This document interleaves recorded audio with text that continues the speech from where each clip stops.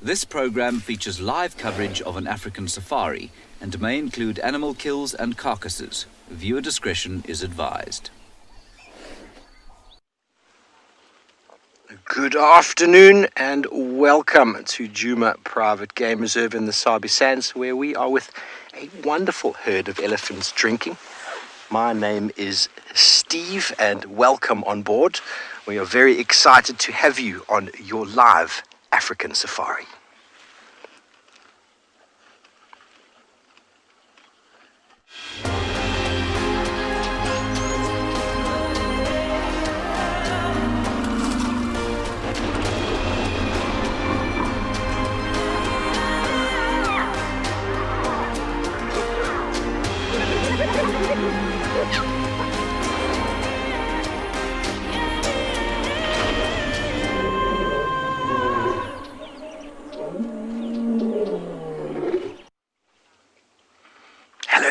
Welcome to Juma. We are with a wonderful herd of elephants here at Vuyatela watering hole. They are quenching their thirst on this very sort of nice winter's afternoon, 23 degrees Celsius. Just going to stay on them a moment longer as we watch them enjoy wonderful, beautiful water. We've been watching them for about 20 minutes as they've been resting in the shade. And we've got the timing just right as now they come out for a drink.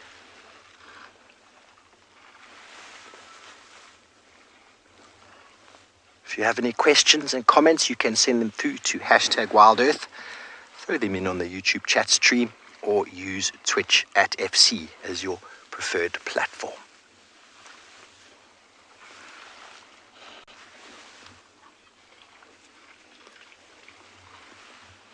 Wonderful to hear those noises.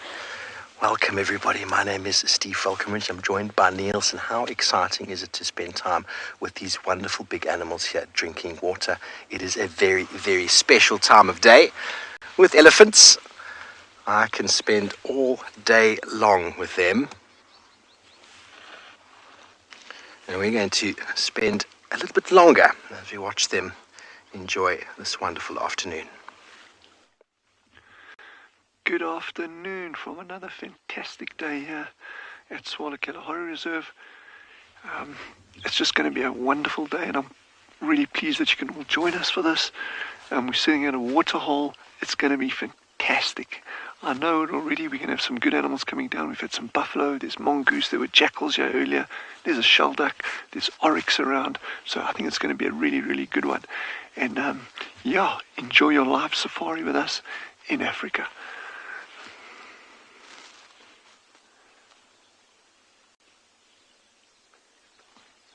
There's a yellow mongoose coming in to drink.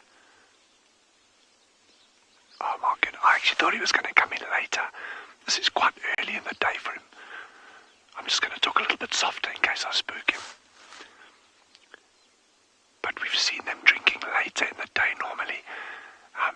But the temperatures are getting higher now.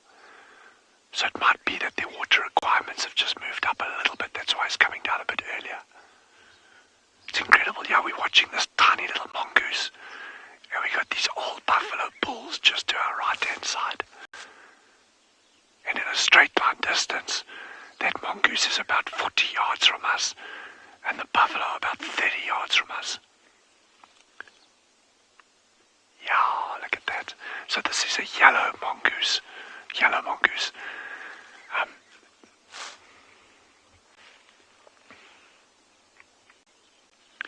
Jerry has asked, do the mongoose swim? I'm sure they probably can. I've just never seen one doing it. But it wouldn't surprise me at all if they were able to swim. I mean, most of these things can. The other one, we could even get slender mongoose coming down later. The kudu carcass is just to the left of where the mongoose is that we were watching this morning. We had some fantastic jackal activity on that kudu carcass, that kudu bull there. He was killed by spotted hyenas last night. We confirmed via the tracks earlier today. So he was killed by spotted hyenas.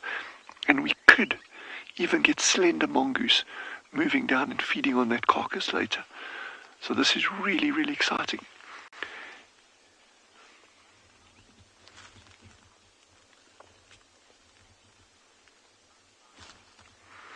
Origami has asked, do mongoose play dead, and does it actually work?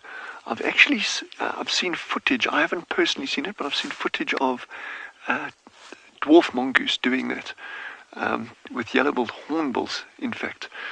So there's something going on there with that, but I haven't seen it personally. So it may work. It certainly attracts the hornbills. But in terms of yellow mongoose, slender, grey mongoose and meerkats that we get here, I haven't seen that kind of behavior in the 4 species that we get on Tswalu. But these things happen, and you never know what to expect. You can get stranger things have happened.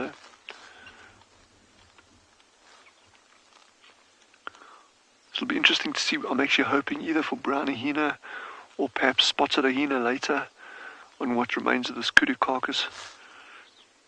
You could even get something like leopard coming out. They'll feed on this as well. There's not that much meat left. We had a look at it just after we left here this morning. And it had been pretty much well cleaned out. Although around the neck and shoulders, there's still some that the jackals are trying to get to. So it should produce some good viewing later.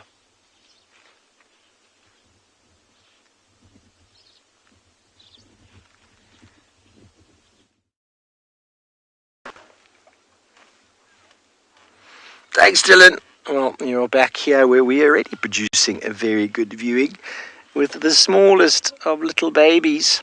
You're back with us at Juma. That tiny little baby is only a few months old. It's very, very close to mum.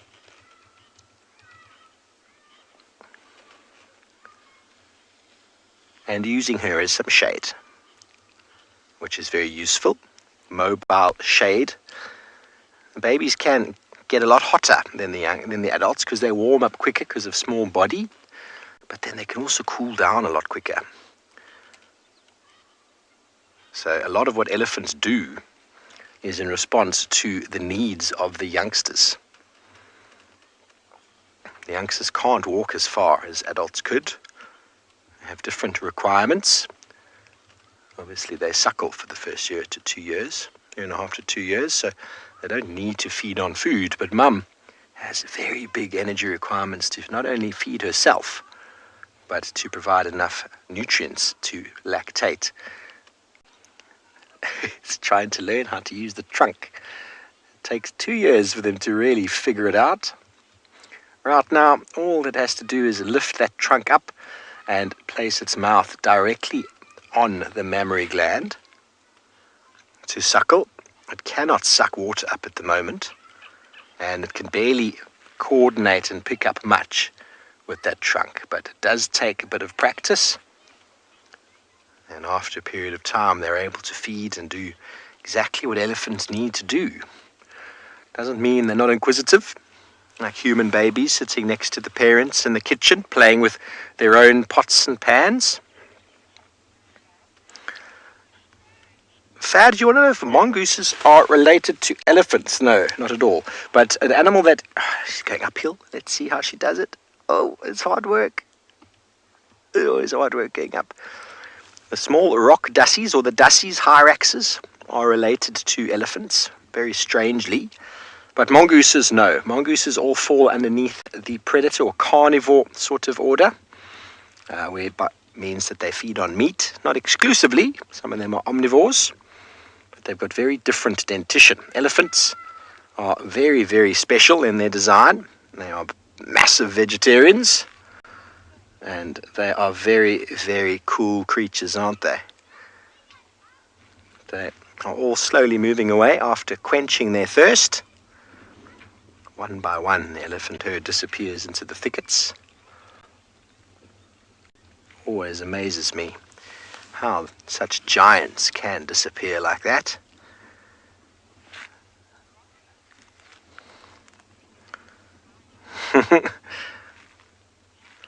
GM the hippo is always hiding these days. It seems he's hiding in the bushes. Don't know where he is at the moment, or unless he's been holding his breath for half an hour. I doubt that. Don't know where he is. Maybe he'll turn up in a little bit. But Niels and I are going to try and reposition ourselves to get another view of these elephants as they walk off away from the water.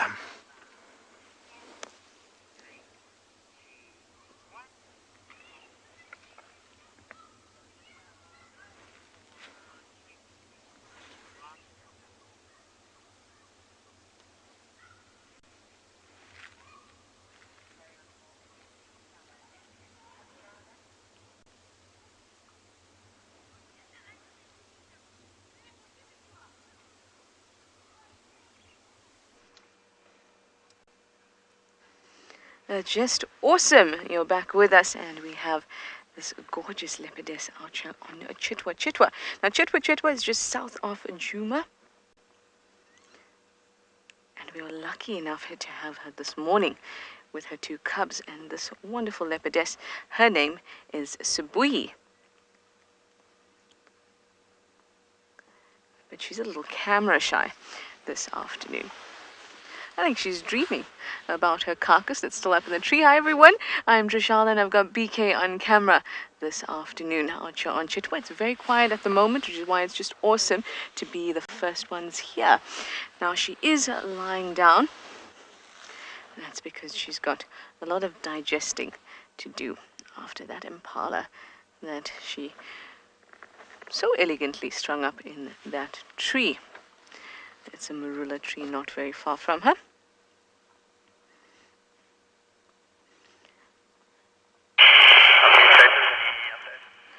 Well, that was a very rude game drive radio. Well, here's the impala. As you can see, it really stretched it out.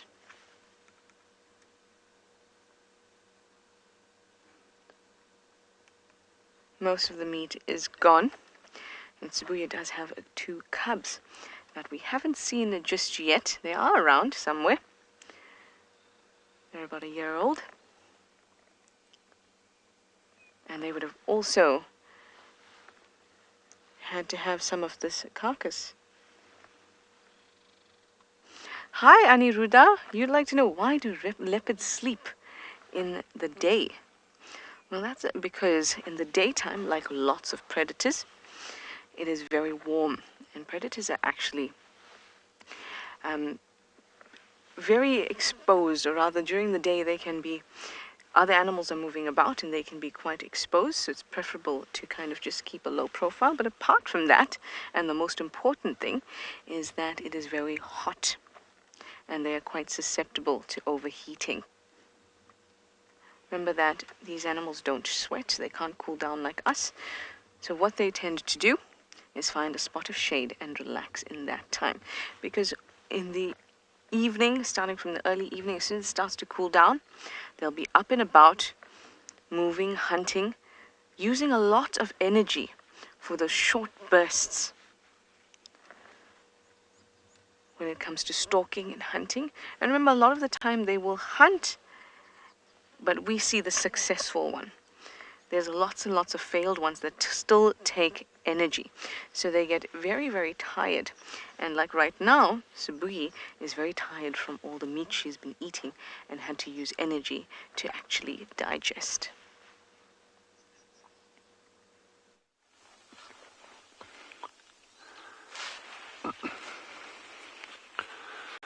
So this has been pretty incredible since we've been sitting here over the past 10 minutes. We just had a parade of a gemsbuck, a blue wildebeest, and now this magnificent hartebeest bull. And they came walking out about 40 yards apart. He's just twigged onto us. The wind actually swirled over there, but they'll come back. But they came out in this long line, and like say 40 yards apart, one after the other. It was almost like, okay, here's an example of an oryx. Here's an example of a wildebeest. Here's an example of a red hartebeest. So it was pretty cool to see that. It just spooked. We haven't seen hartebeest yet at this dam since we've been doing this, not that I can recall. So this might just be a bull that's moved into the area recently. That's probably why it's spooked with us. But just so you know, for those of you who haven't been with us before, we're sitting in this like little blind that we've made over here with some branches. There we go. So we're about 6 yards from the edge of the water. And it's been a very, very, very effective screen. As you can see, we had buffalo here earlier. And you'll see during the course of the afternoon how many animals actually come and drink here. And they don't even take a second look at this little blind that where we're sitting in. As long as obviously we just keep our voices down, and the wind should ideally be in our favor. There's also reports of cheetah in the area, mother with 4 cubs that was moving in this direction. No sighting, it was just based on tracks. So hopefully we'll get something coming out later. But I'm particularly interested in doing this afternoon. Look at those gemsbuck out there. In light of the fact that we've got that kudu kill there. So that could bring in some scavenger activity a little bit later. Beautiful gemsbuck bull, or oryx bull rather.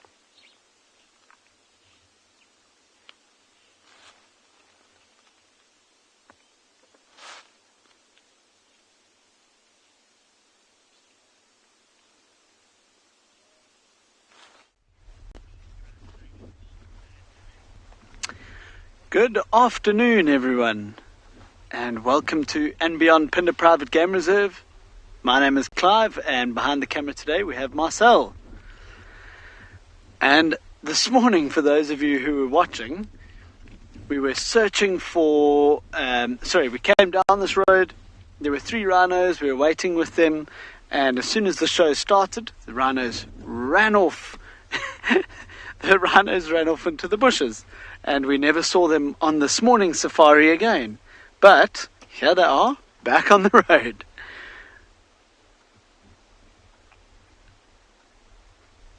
And how special is this to have 3 rhinos really not far away at all? I mean, they're only 10 or so meters in front of our vehicle. Beautiful. Look at how that square mouth of the white rhinos really helps for them to get right down to the ground level and eat the grass.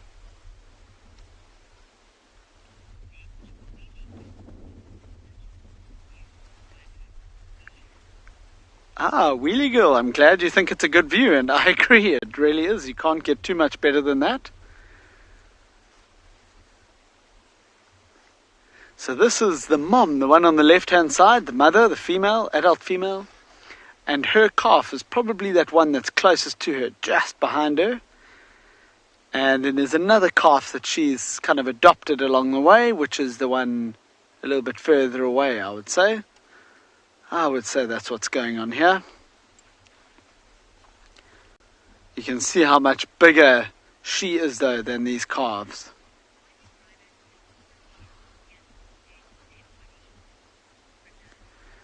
Prrivate, that's well noticed. Why are their ears so short? I suppose they are relatively small compared to the size of the body, but they are pretty big ears all in all. They have excellent hearing. You can see they move them independently. One of them did anyway. So they have really, really good hearing. But I wouldn't say they're really that small. I suppose they are quite small for the body size. But yeah, no, they're big enough for what they need them for, though. It definitely makes up for the size of their eyes and their not so great eyesight. Look They are a lot smaller than elephants, but they're pretty big, aren't they? We're back with another small little fellow. You're back on Juma, everybody, and we've caught up with our herd of elephant. Normally, after they've had a drink, they move away from the water very slowly as they go to feed. And you're going to get some on the right here moving across. Oh, there we go. Here comes a mama. Very pretty. They never seem like they're in much of a rush, everybody. Except when they are. Every now and again they get a little bit excited to move over to the water to drink.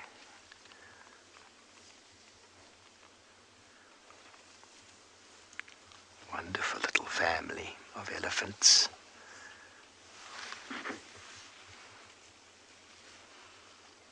Adara, 100% right. Elephants have so much pleasure swimming and throwing dust on themselves, as you can see with this fellow. They love it. They love it. I mean, they weigh so much that when they get into the water, elephants got very big lungs, and the lungs are attached pretty much to the spinal column, so it keeps them quite buoyant. So in the water, excuse me, they are very, very buoyant. And when you weigh as much as an elephant does, and gravity's always playing against you, being in the water must feel quite incredible. I mean, the largest mammals in the world live in the water, and so elephants love to swim, and I absolutely love watching them.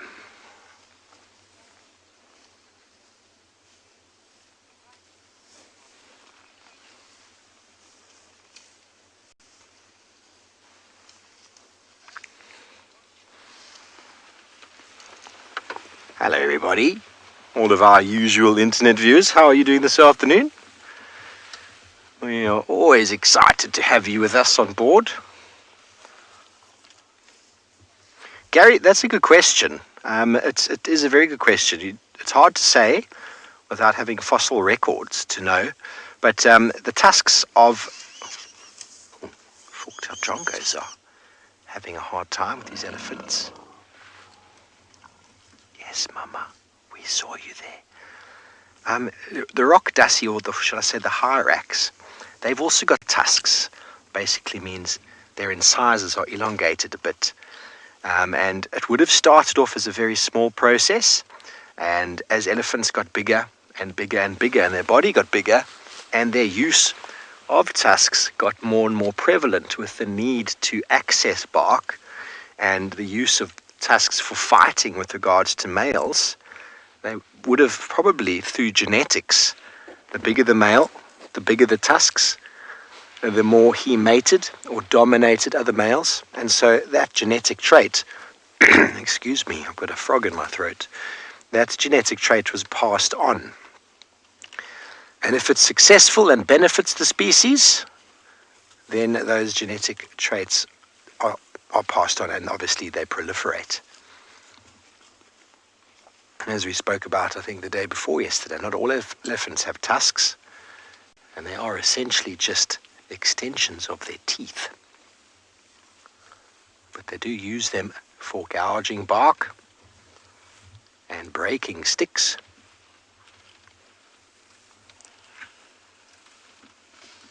You're right then, Niels. Can I move back for you quickly? Our internet viewers won't mind us moving. They know the hardships of trying to keep elephants in frame.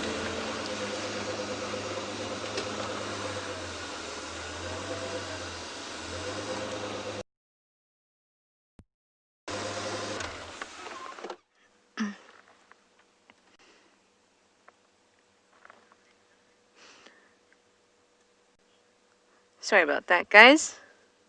But at least you get to see a lounging Sabi.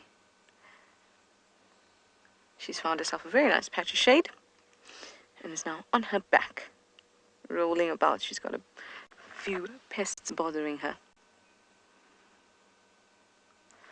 But it makes for great entertainment watching her, because I've been laughing quite a bit at her movements while she's been there. Just a stunning leopard. I'm so glad that we're getting to spend so much time with her these last few days, because we so seldom do get the opportunity to.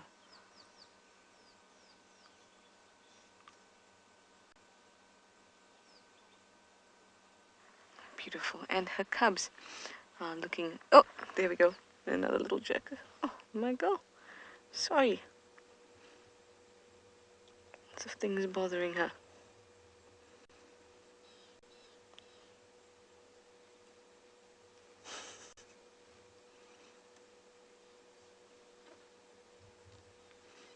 A little bit restless. Well, her two youngsters are around here. Very well hidden, but we did see them. They're looking beautiful. And big, I must say.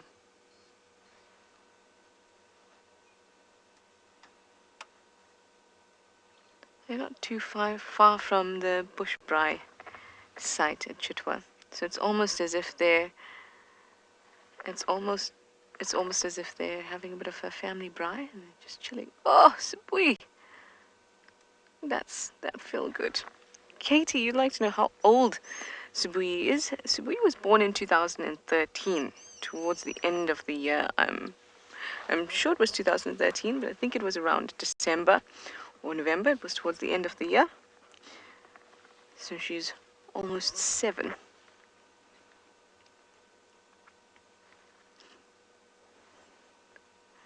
Her two youngsters are almost a year old.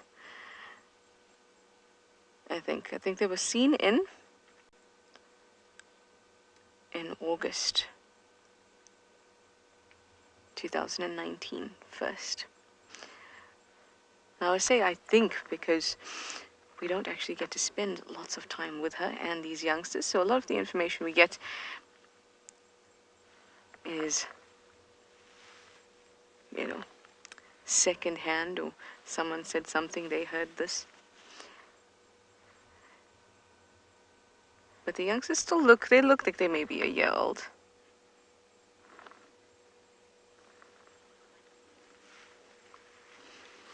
Absolutely gorgeous. Let's have a quick look, BK, at our two cubs.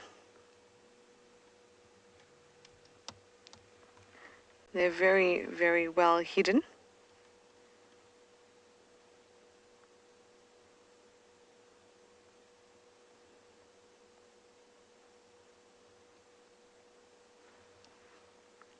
Male and female.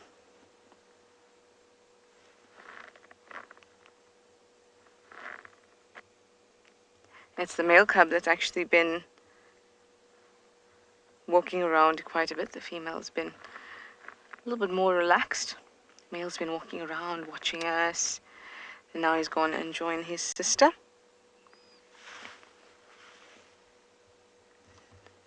And he's just, well, both of them tucked away and relaxing, enjoying their family session this afternoon.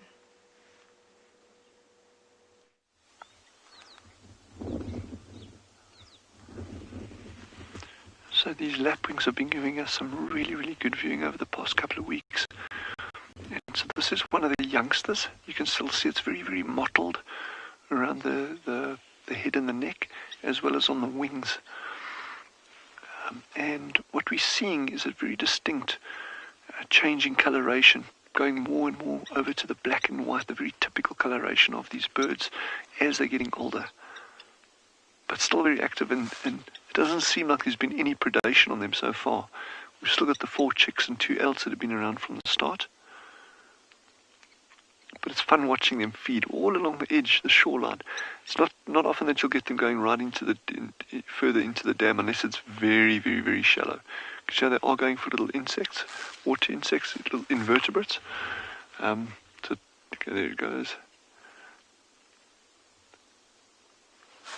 The adults had just flown off a little bit earlier out to the left-hand side of the dam.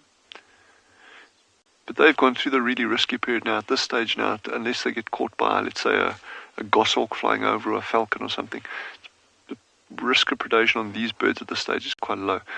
They nest often right on the edge of the water, sometimes just within a couple of meters of the water. And then obviously you get the risk of things like buffalo coming in, trampling. You can get big herds of impala moving over the nest site, but normally the adults are quite aggressive. When they're guarding the nest, and they'll put up a real fuss if something comes down that might present a risk to the eggs.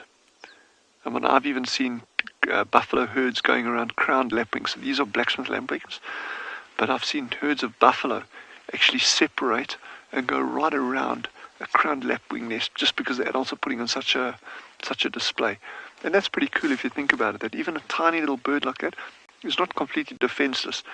Of course, it's a different story if it's a predator going for the nest. Even baboons will take chicks and eggs of these lapwings. Jackal, caracal will catch them when they're small. Monitor lizards would be a very serious threat to them.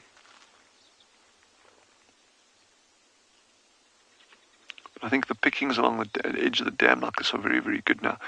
And if you look at a kudu carcass like that, that's just chucking in a whole lot of extra nutrients into the system.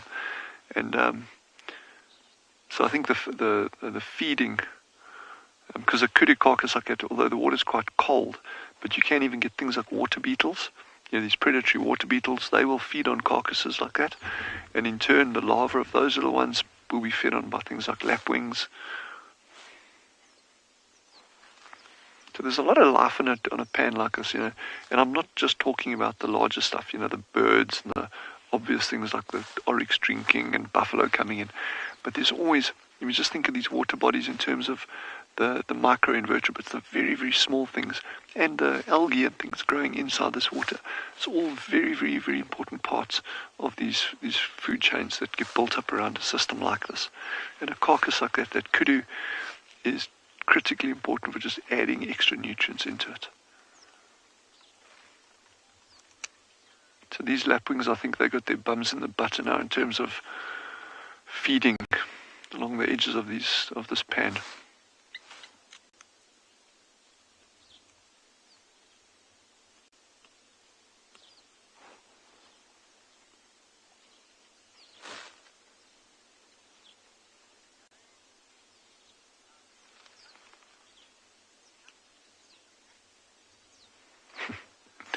David says it's not easy being a lapwing.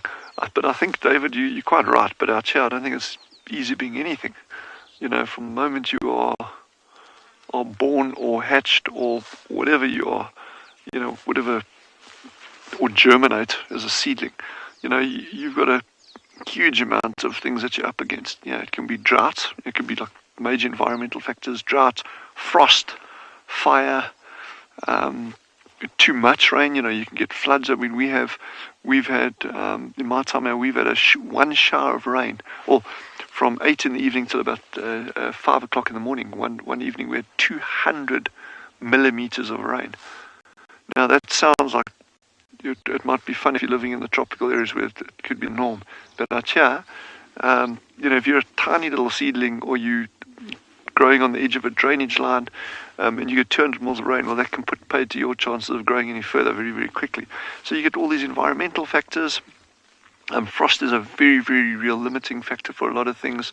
Then it could just be other animals, like a buffalo coming gobbling you up, or a jackal eating a lapwing, lapwing eggs or chicks. So, and the Shelby family, these shell ducks, when they eventually do start hatching, and I'm hoping that this actually works out as I am hoping it will. And when they'll come down to the water, you're going to see how cute those chicks are. He's actually tucked away. Can you see him there, John? Oh, you got it. But yeah, these chicks come down, they're going to be super vulnerable.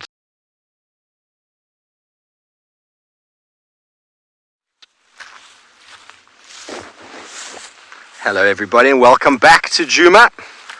We are just checking out and about of the vehicle real quick. We've moved off from those elephants. We left them just slowly feeding as they walked off towards the north. And I know at andBeyond Phinda you had a little look at some rhinoceros. Well, we've got something very interesting to do with the rhinos right over here. And it starts off with some of the poo. Now I know it's quite interesting to talk about poo, and some people think, why on earth would you want to talk about poo? Well, here is white rhino dung. It's quite easy to identify by this blackness on the outside. Can you see that? Inside the rhino dung, the rhinos feed on a very, very high quality or high concentration of silica, which is in the grass all around here. And the silica, when it oxidizes, leads to this blackness. Okay, so if you actually break it up a bit inside, you can see that it's green because it hasn't oxidized over there. And there's bits of grass material. Very poorly broken up, very poorly chewed. But this ball right over here on the side, it hasn't been kicked. Nothing's happened to it. It's still quite solid. This is sort of what a female will do, or a sub-dominant male walking through to maybe go and have a drink. And then over here, this little wheelie spin over here, you can see these lines in the ground. Can you see that? 2 of them. That is where a male rhino has come, and he's dragged his feet in to this midden. He's probably actually gone out the other way. And here is the actual toilet. Okay, now this is the rhino toilet. This is a latrine, the Facebook of nature, whereby everybody comes to advertise their status and their symbol of maturity, sexuality, and all that sort of thing. And this male will walk in here, and he'll defecate, and he'll take his feet, and he'll kick backwards like this, getting all of that smell onto his feet. And then when he walks out, he drags and drags and drags. And as he walks along his territory, every 30 meters, 100 meters, he will drag his feet, just like you can see here, and sometimes even urinate at the same time. So the smell that he's bringing from this area here follows him along. And that he does quite regularly, especially after rainfall. By demarcating territory, he's telling all the other males, I'm here, I'm occupied. He's telling the females, I'm here and occupied. And everybody knows who's who in the zoo. But females will walk past and do exactly what I demonstrated over here by not kicking it open. This male can come along and he can go, who are you? And if she's an estrus or if something's exciting, he'll be able to follow her all the way. So very, very exciting, very exciting. Alaromua, yes indeed, they are called bulls, a bull rhino and a cow. The bulls around here are, well, wherever you find bulls, especially a dominant bull like that, are big. They are monsters. 3,500 kilograms. And they're not meant to be trifled with, as you've probably seen some of them over on that side at andBeyond Phinda. A magnificent, magnificent species. And the rhinos are being very busy. Tracks up and down, which is always very exciting. But that's a little status symbol of the rhino communities. And you saw how black that dung was, didn't you? Very easy to identify. Dallas, I'm going to just show you a quick little example of a different piece of dung so you can see the color variation. But Dallas wants to know, is it safe to touch dung with my hands? Well, Dallas, don't try this at home, everybody. Don't. If you're not up to it, there are all sorts of things that you can get off of dung, but herbivore dung is actually normally quite okay.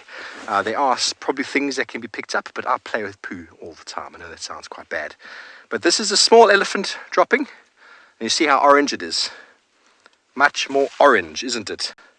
Much more orange, and sticks, leaves. You can actually see the leafy material over there. Very, very different from the rhino dung. And the orange is from the tannins we find in the trees. And there's difference between the grasses. There's silica. Elephants will also eat grasses, but they're feeding mainly on trees this time of year.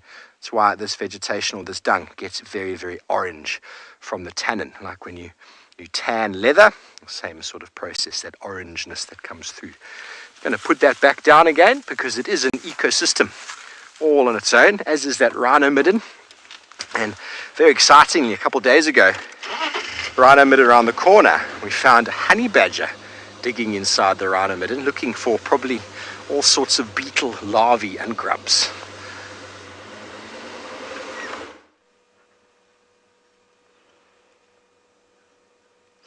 Oh, cool. I remember when Steve found that honey badger. Awesome, awesome stuff. Out here we can find the most ridiculous sightings. Sometimes it's quiet, and sometimes you end up with 3 leopards and 1 eyeful.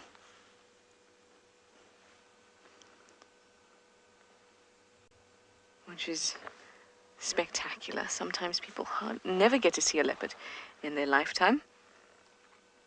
And here BK and I, and you guys, are absolutely spoilt with this gorgeous sighting.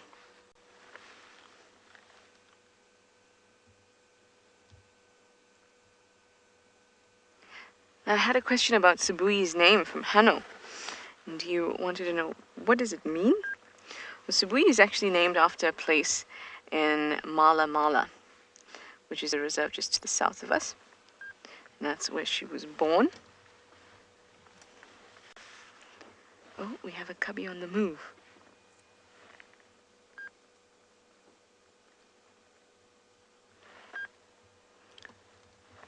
Tucked away very, very nicely.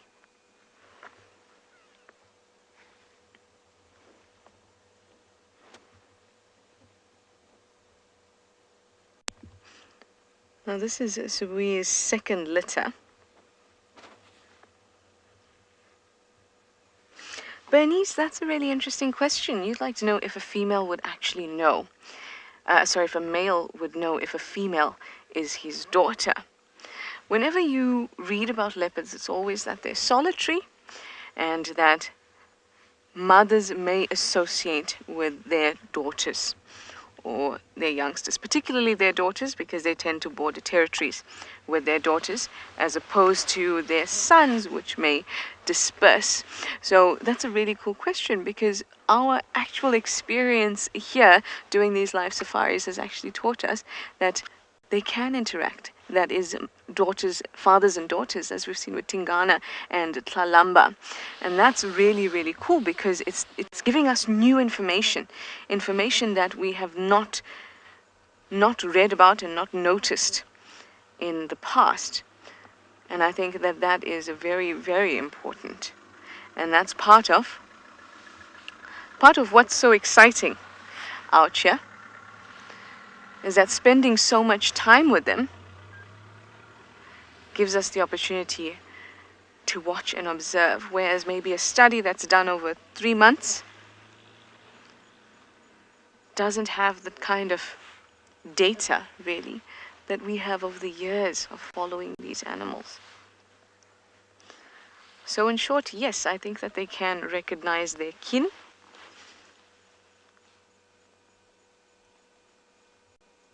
And I've certainly seen that with my own eyes with Tingana and Tlalamba as an example. I'm just going to guide some other vehicles into this spectacular sighting. I hope that they'll go up and have a bit of a nibble on that carcass for us in a bit.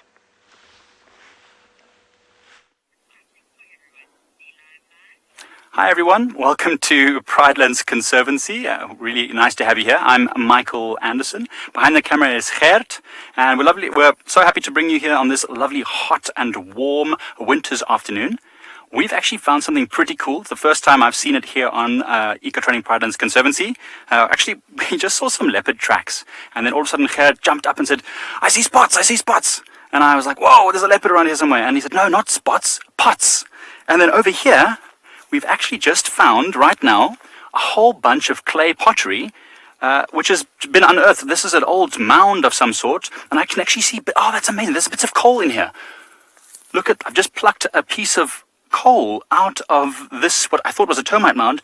This is obviously an old mound where some people were living here before this was a conservancy, before this was owned by someone. This was probably just free land, tribal land, and maybe the Shangaan people from this area lived here. And there's pots. Look at this. This is a piece of clay pottery. My hand's shaking. I'm so excited. This is a piece of clay pottery. I don't know how old this can be. Hundreds of years old. It can be dozens of, well, not dozens. It's got to be at least 100 years old, because these areas have been owned by farmers for a long time now. So it's absolutely incredible to see.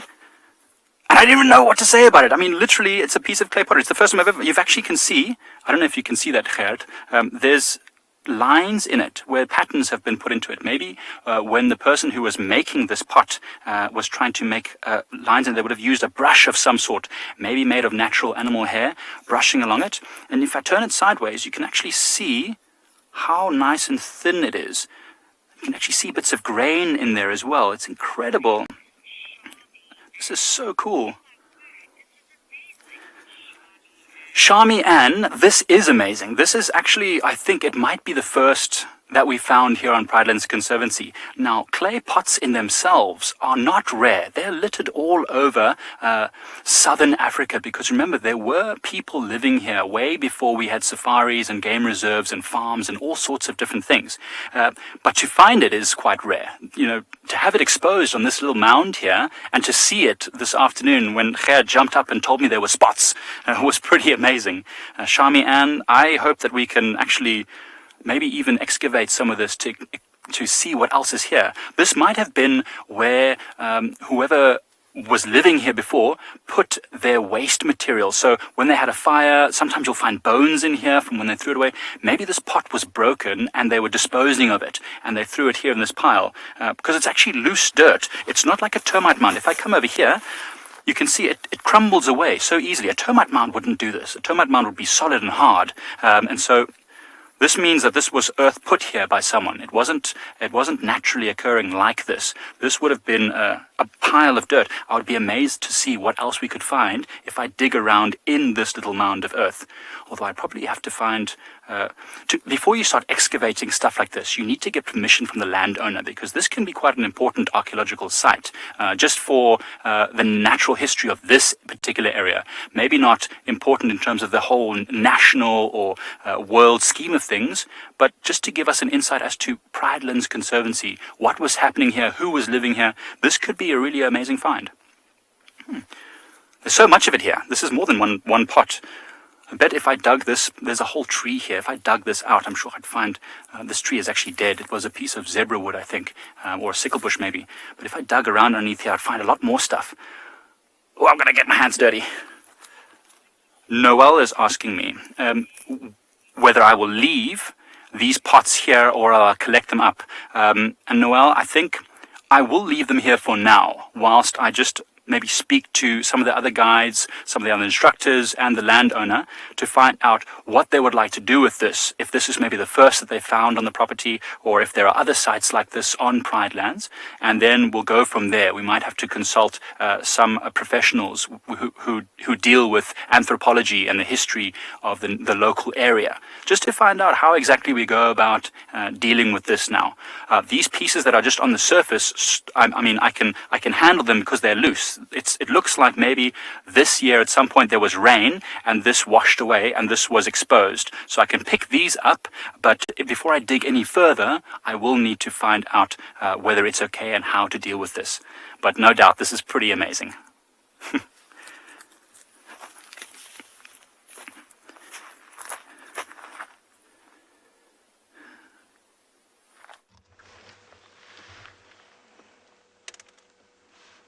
We're still here, and our cubs have not moved very much at all.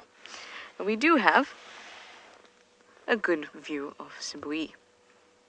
She seems to have found a relaxing spot for now after being a little irritated by all things flying around and the grass stalks in her way. Do you see how sweet it was when she pushed the grass away from her face with her paw and then leaned her paw on it so it wouldn't hit back into her face?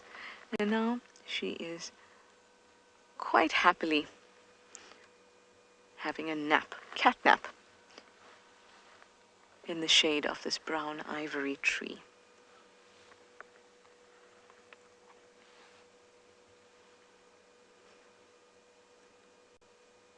It is so quiet and so peaceful out here, and we can truly enjoy ourselves with this 3-in-1 leopard sighting.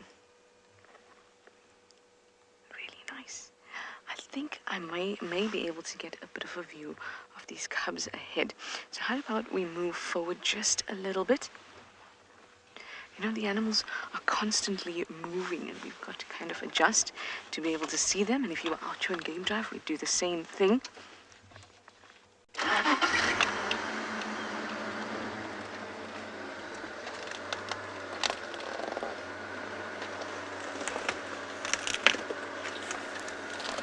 Can you hear the crunch underneath the tires from the dry grass.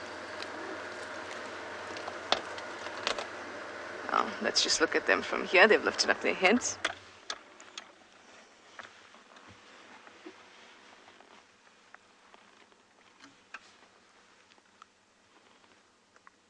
Hello, sweetheart. You can see that because they're younger, they look a little bit darker, and that's actually because the spots are more dense, because their bodies are not as big as an adult leopard's. There we have brother and sister relaxing together.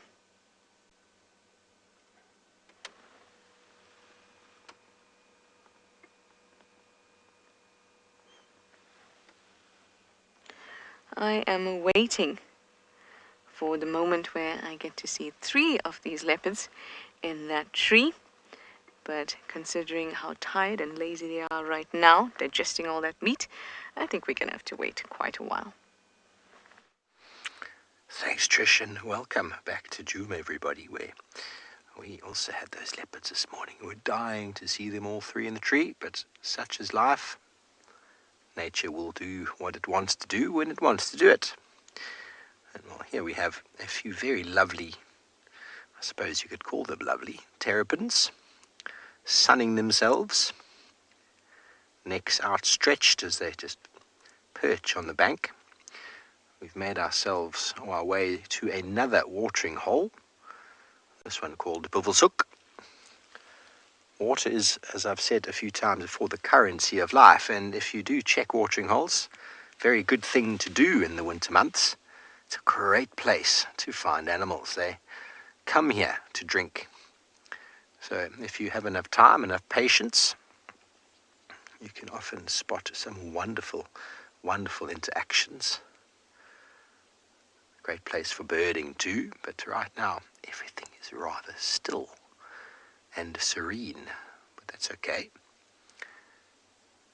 There's no hurry. Different time clock out here in the bush. The animals move how they want to, just like those leopards are sleeping. They'll go up the tree and eat when they want to. Now, these terrapins are very interesting creatures. They obviously adapted for life in water. They can move across land, but they require water. And they also often are found feeding off of hippos, basically cleaning the ticks off of the hippos. What you doing there, fella? Cleaning the ticks off of hippos. And if a crocodile happens to have killed something and got it sort of in the water, terrapins will also feed on that. So they give off the most incredible smell when distressed. When something tries to catch them and eat them, they give off a liquid, foul-smelling substance that is nearly impossible to get off of your skin. The smell will turn your nose backwards. Hello, Jilvine. Tortoises and terrapins and turtles are all sort of related. Obviously, any Buvelshoek vehicles on Juma? Sorry about the radio. But apart from turtles being mainly salt water, you can find some of them in fresh water. They basically have a shell on their back and they're not able to pull their head inside. Terrapins are freshwater, they're water loving, and they are able to pull their head in, but from the side at a sideways angle, as well as their legs. So the shell, all chelonians have a shell, and tortoises are land-based terrestrial organisms which walk around and feed primarily on grass. They feed on green grass. Turtles feed almost completely on jellyfish, I believe. And these guys are a little bit more omnivorous. They feed on whatever they can get their beaks on. But they're desperately dependent on water. Tortoises will drink when they can, but they're not really too often found around the water. Although the leopard tortoise that we do find around here, the largest tortoise we have, is a very good swimmer.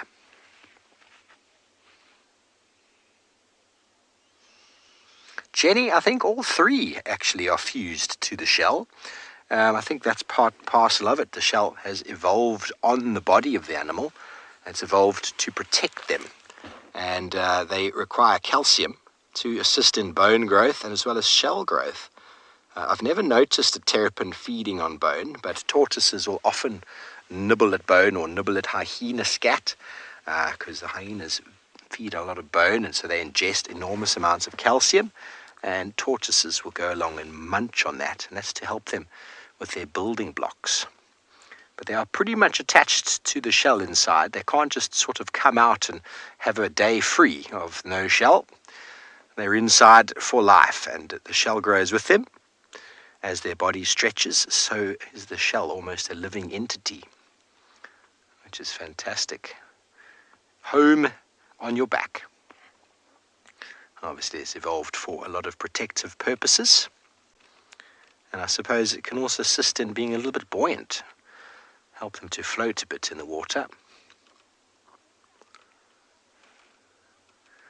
But Niels and myself are probably going to wait at the watering hole a moment longer, see if anything else comes down to drink.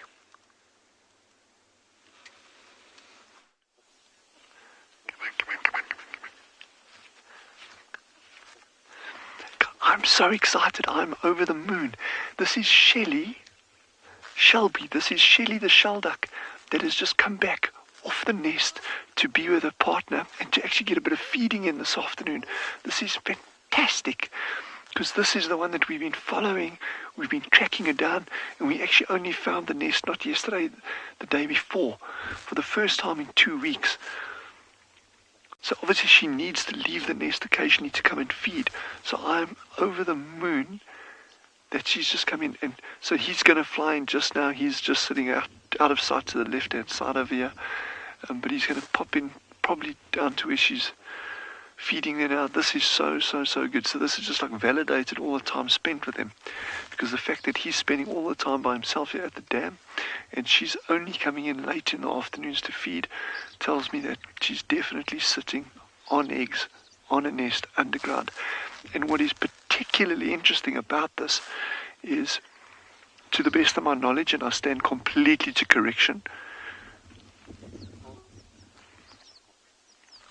Rizka has just asked, who is looking after the nest if she's not there? No one.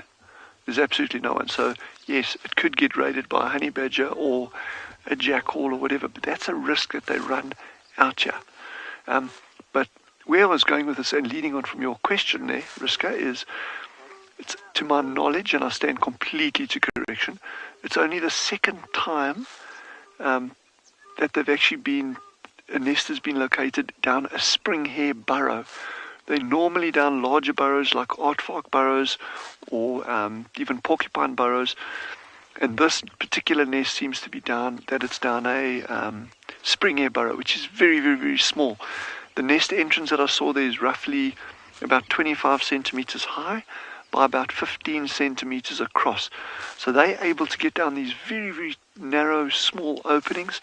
So I think the nest should be fine. But it's really cool to see that she's come in now, because that means that she's actually just coming in to feed, and we'll go back to the nest a little bit later. And also these temperatures are very stable underground, especially if she's lined it with some warm down and that kind of stuff. So it'll be fun.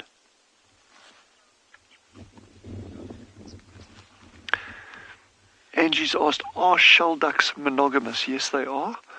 They are monogamous, so this pair will stick together indefinitely unless something happens to one of the partners. They get eaten by a crocodile or a honey badger or hit by a meteorite. But otherwise they will stick together. So we've got a little black-backed jackal that's now just coming in. He's going to come into this carcass. Well, I don't know if he will, but I'm guessing he will, being a jackal and there's a carcass here. He's probably going to. So this is very nice. And yeah, it's just going to be totally worthwhile spending a bit of time here. I'm super stoked about seeing that female shell duck. Shelly and Shelby are at it. Yeah, and please thank you very much for joining us this afternoon. It's been absolutely fantastic having you with, and I'm really glad that we're able to share these experiences with you all. So thank you for that, and stay safe and stay warm.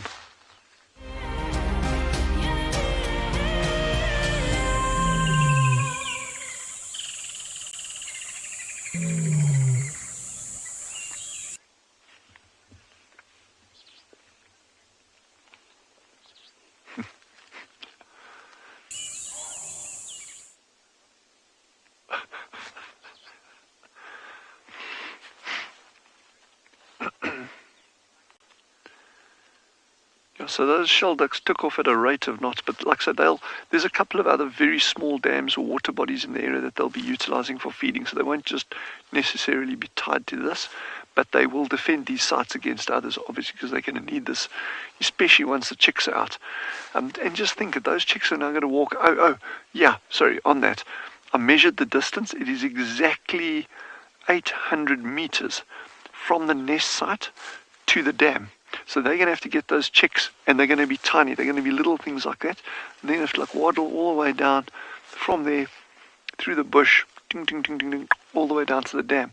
And if you think that's pretty hardcore. So I think that probably the safest time is now that they're underground.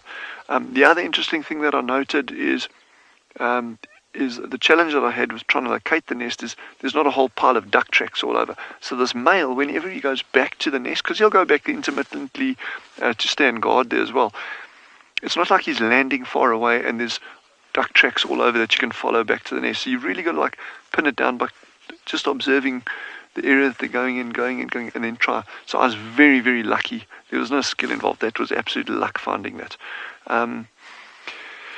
Yeah, it's just exciting, and it's just cool being out here with all of you. I wish you were all here with us.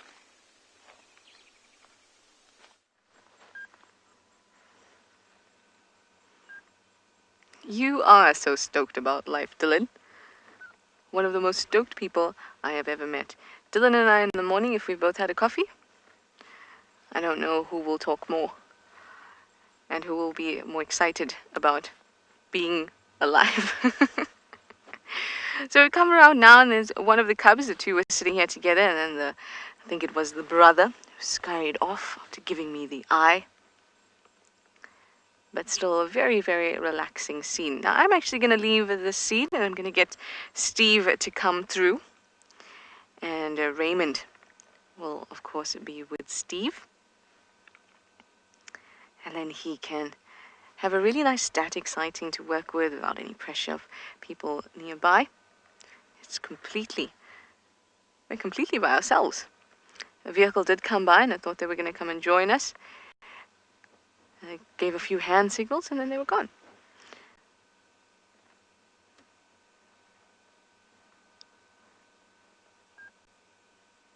So we'll move on, and I'll try the den again.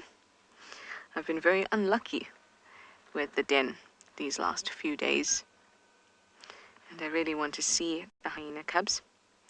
I did tell you that I saw corkies, so we know that that cub is getting fed, and there's tracks all around, there's sticks that are being moved around, so we know that it is active. But with various kills around at the moment, we had in Kahumas where the zebra kill not too far from here. There were hyenas around there. So at that time, adults will be moving around, and they will leave the cubs for a substantial amount of time. And the cubs are fine when it comes to adults leaving them, especially the mothers who would, of course, need to feed them. They are absolutely fine. They can be unfed for a week, even a week and a half. It seems like a lot, but it has been recorded that they can be left alone for that period of time, and the mothers compensate for that in the richness of their milk. So we'll go and have a look and see.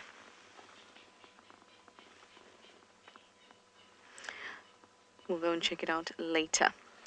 Dina, you'd like to know why don't Sibui's cubs and Kuchava's cubs have names? They'll usually only get names when they are over a year old, possibly even a year and a half. And when it comes to naming leopards, it's not just up to us. It is the lodge that is involved, and other lodges that get to see these animals are also involved in the naming. And also remember that before a year-old mortality rate is quite high, and these cubs will be a year next month, so let's see what happens.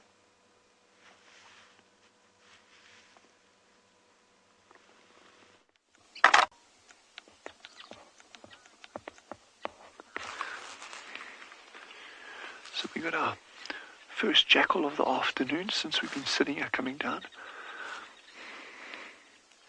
But you can actually see how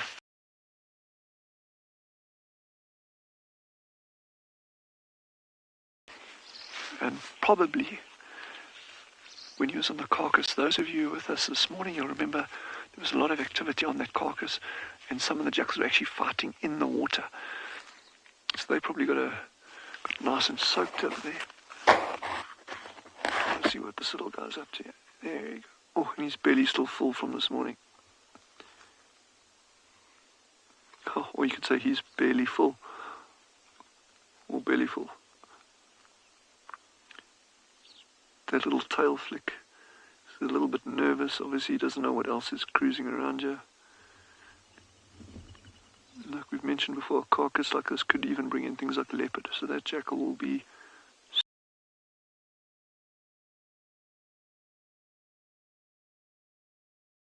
So when they're out, other things are watching you that you're not even aware of.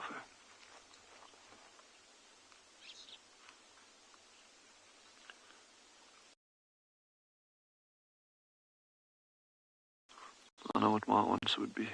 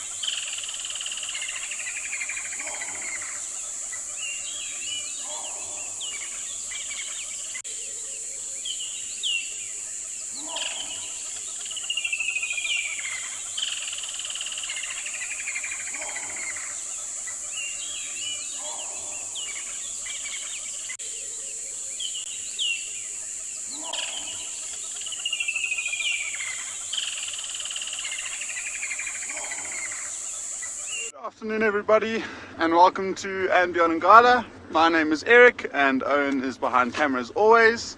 Apologies for arriving so late. We went on a little adventure back towards where those lions were this morning. Found the lions in exactly the same position, but unfortunately what little signal was there this morning is no longer there. So we unfortunately weren't able to broadcast it to you. Luckily at that stage there wasn't too much action going on. It was still hot. They had eaten a good share of that buffalo, and so all of them were resting in the shade, not doing anything. So we didn't miss much at all. All of the action definitely happened this morning. So if you didn't see this morning, it might be worth going to have a look and see what crazy sightings we had with those lions this morning. We decided to start making our way back up towards the northern part of the reserve, or at least into the central part from the south of where we were, and just see what's around. I mean, we haven't really driven there in the last 24 hours, so there's lots of potential stuff going on, hopefully. We might carry on going on with the plan that we first started off with this morning before we got distracted by those lions, and see if we can catch up to some of the leopards that we've been seeing so nicely in the last little while. Otherwise, any interesting birds that we find, I'll happily see if we can try and get them live with you. Well, there's one this time. There we go, speak of the devil. Not the most interesting bird, but definitely one of the most colourful birds. You see it perched up there, Odie? There it is.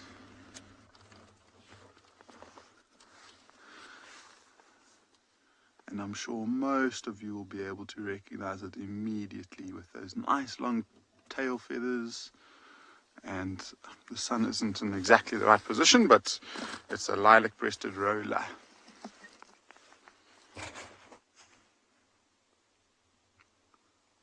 So it seems like it's sitting up on that tree looking for little insects and things that move around in to swoop down and catch. But I guess, sometimes they hang around an area like this because it's nice and open, so it brings in things like zebras and wildebeest and impalas. And with those big herds moving through this area, it will flush insects out more as they move. And so you never know. It's starting to get to the time where these animals are looking for a place to settle down in. And so maybe this is a spot that it feels like it's a really good position to be in at this time of day.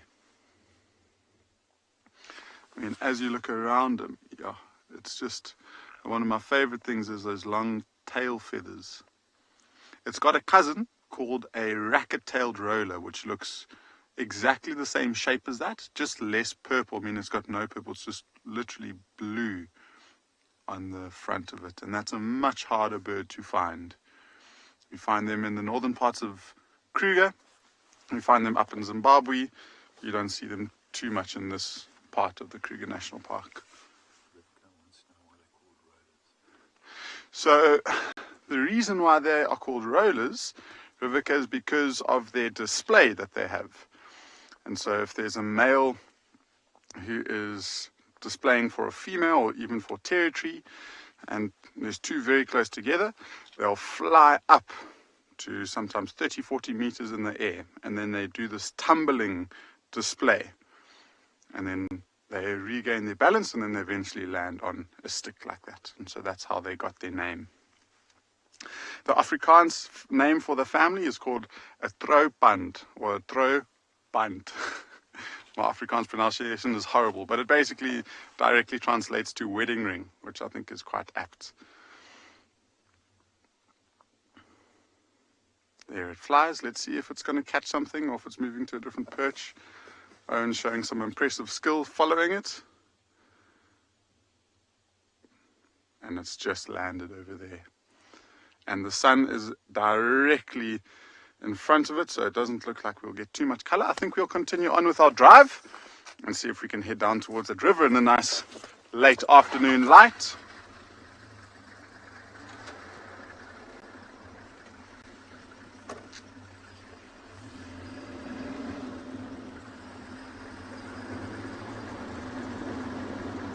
It's a good time of day to start scanning the top of these tall trees that we see ahead of us.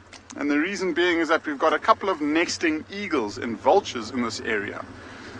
this morning I mentioned that these white-backed vultures are starting to look for nests. So there's one pair that's found a nesting site somewhere off to the right of us, and then there's a pair of tawny eagles that have been coming back to the same nesting spot at least for the 4 years, and they also nest within this winter period. So it's actually just up ahead on the road here, so if we don't see the birds themselves, we'll at least show you the nests quickly before we continue on.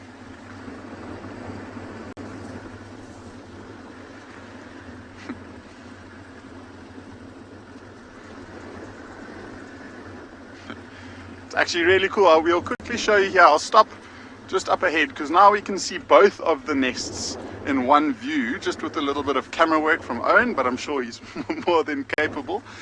But this one here on the left is the one of the tawny eagle. So you can just see at the very, very top of the tree, there's just a big pile of sticks. And definitely no sign of any eagles. And then if we quickly pan across before we send you across to Trushala, in the distance there, that's where the vulture nest is. So just so you can see, there we go. All right, so no one home, there it is, in either of the nests. So whilst we carry on towards the river, let's send you across to Trushala.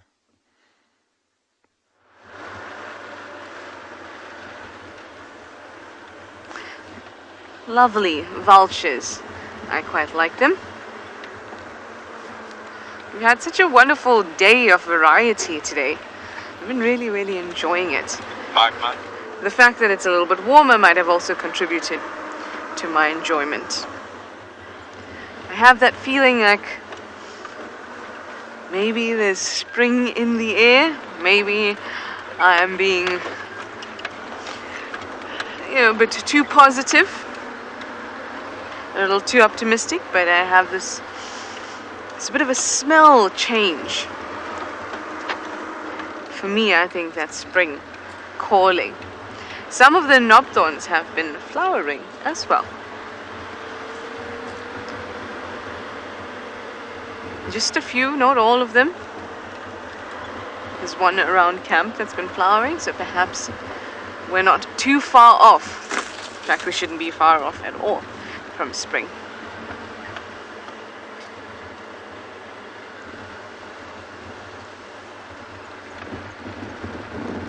I always feel so satisfied when I see a leopard at the beginning of drive. It makes the rest of the drive a gift. You're not trying to find anything, and it just all feels like a gift. It feels like you're just driving through, and whatever the bush wants to give to you today, then that is your boon. And would a drive be complete without seeing a hornbill? Hello, gorgeous red-billed hornbill. Thank you for completing our drive after the leopard.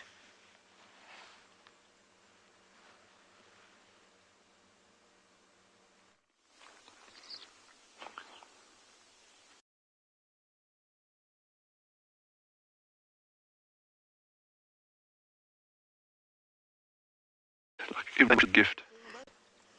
Wild dogs. Sorry, guys. And unfortunately, our hornbill flew away as quickly as we spotted. Oh, there we go. Down here again.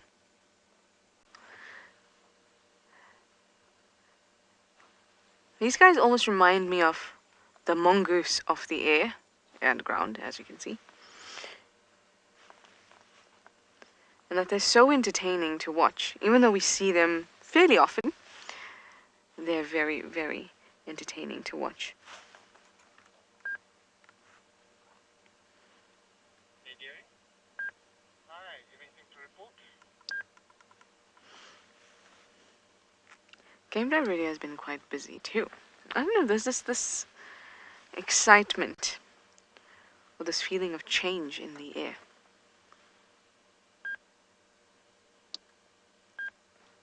I quite like it. Oh, don't you love it when they lift their heads up like that to try and maneuver whatever it is they've caught? Tiny little insect. Maneuver it into their mouth. Probably little termites underneath those elephant dung balls.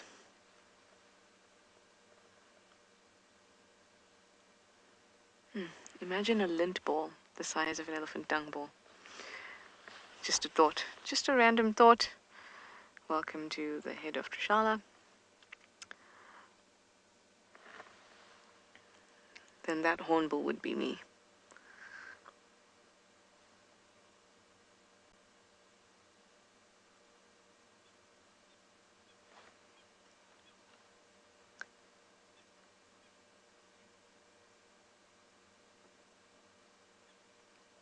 Lovely, just lovely. Oh, bit of a frenzy there.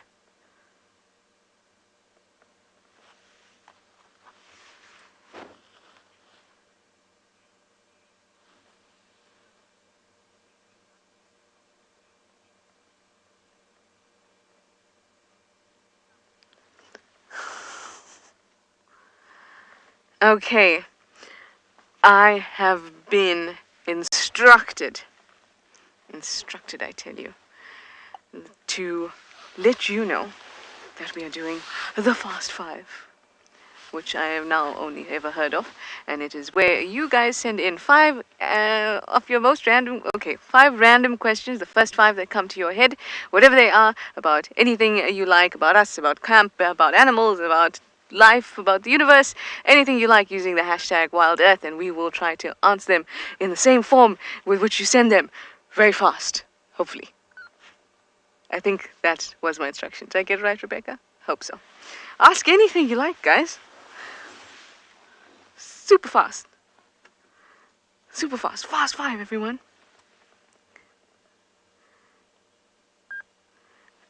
Oh, wow. I had no idea that this had to do with me particularly, but okay, I have 1 minute to answer the questions. That is great. Thank you. Please don't ask embarrassing questions that I have to think about how I can answer it in a sanitized fashion. Or maybe do, I don't know.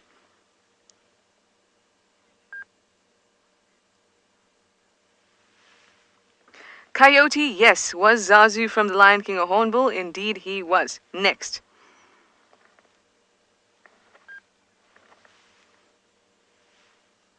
He was a yellow-billed hornbill, to be precise.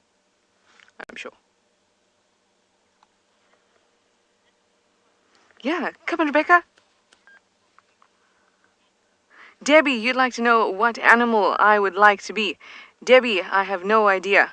As long as I am a collection of cells suspended in some water, I'll be happy. But if I had to choose, I would say I wouldn't mind being a honey badger. Come on, Rebecca, come on. I'm suddenly jumping on this bandwagon. I didn't even know this was happening.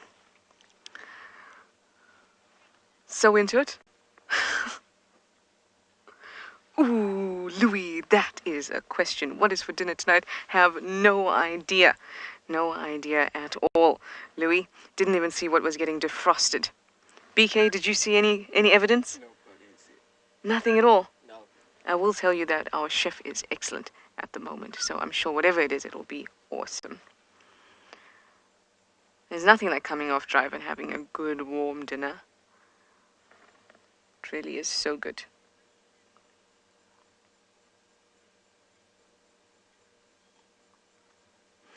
Paul, you would like to know if I am safe on foot in the bush?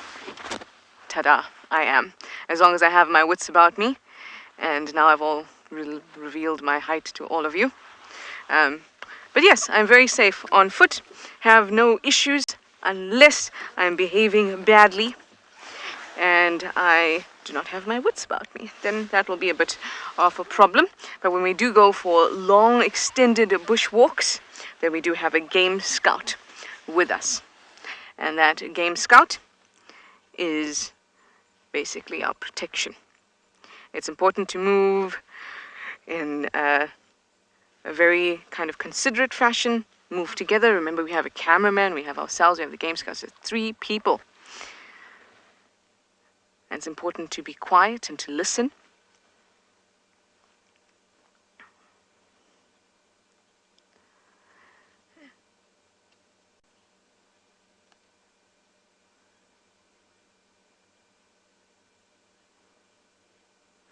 MJ, you would like to know what was the most interesting wildlife critter to wake me up from my sleep?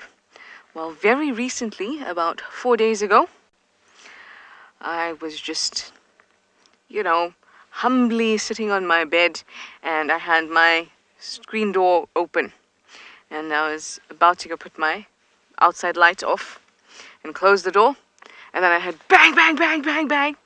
And it was a bush baby that had somehow gotten catapulted. I mean, obviously it had jumped, but the way it sounded, it was like something threw it onto my roof, and then jumped from the roof onto the tree in front of me and stared at me, and I got a fabulous view of it.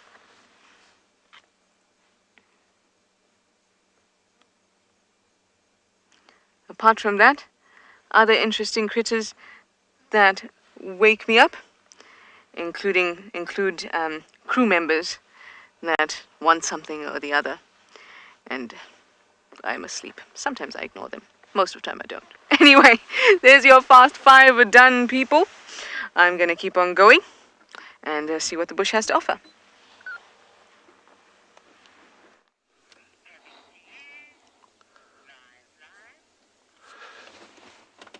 Good afternoon, everybody. My name is Raymond, together with Nels here as my cameraman. We are on a sighting of a leopard together, so it is very nice sighting. We had about 2 cubs as well, but the cubs, you can't see them, so just only the carcass, a little bit carcass which is still left, and the leopard which is lying down right over there, which is so-called Mama Sibuyi. Sibuyi. It's a surname of a person, that means a shed. So she's very calm and relaxed. She used to for the vehicle. And she's the one most people coming over here to see Sibuyi. So some who've been here for a long time, they call it Sibuyi, have got almost about 6 years. That's a fully grown female one. So you can see the other two cubs. Maybe later on, they might be coming very soon, or playing, because they were playing around, jumping on a tree, laying down. So maybe they will come again to join Mama.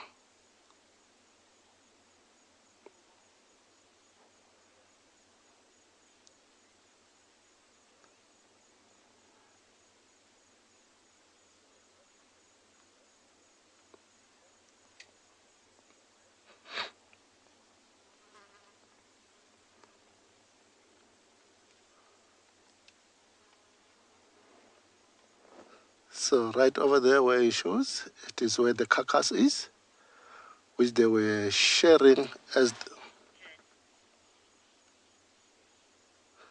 they were together with the cubs. So it's just a bit left. What other items think both cubs will survive until adulthood, Melissa, could you repeat your question? I didn't copy it well.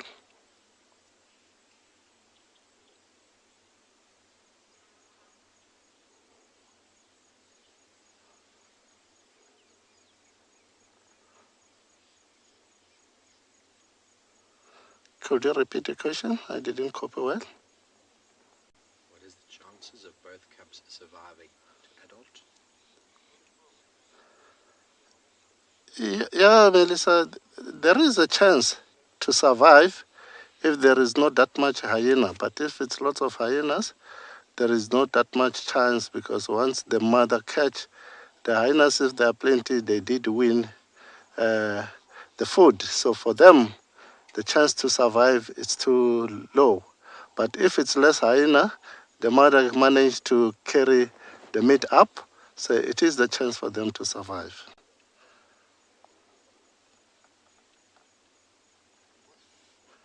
So as you see here,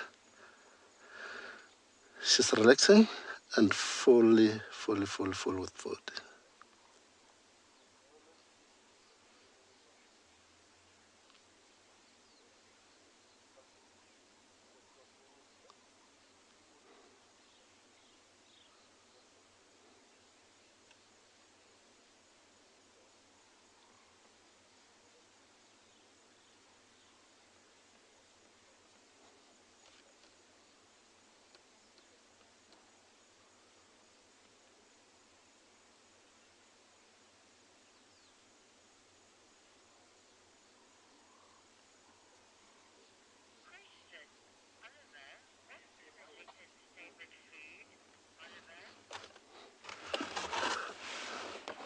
Oliver, the favorite food for leopard, mostly it's impala, because it's going to full for a little bit longer and it's easy for them to carry up.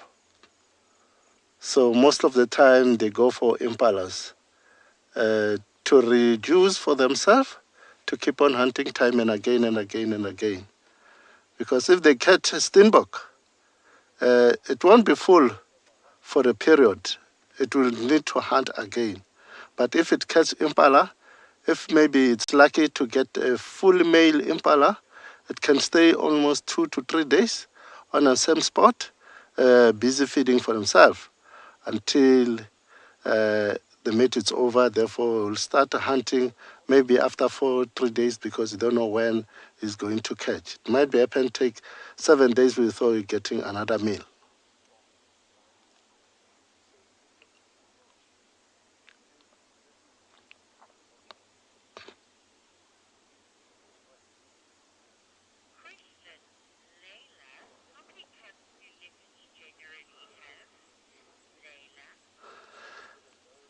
Layla, it's 2 cubs mostly, but sometimes both 2 cubs they survive, sometimes one surviving.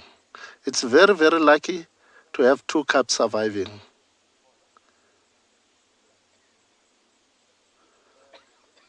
But they're getting 2 cubs.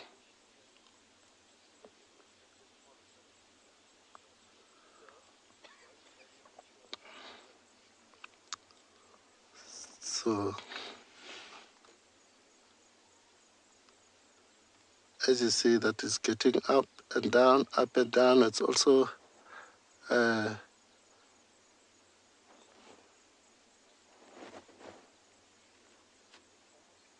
yes, you see, the head is up. It's also trying to protect their food and also to check where the cubs are. So she also have got a responsibility as their cubs to protect their cubs, and she needs to teach them how to kill as well.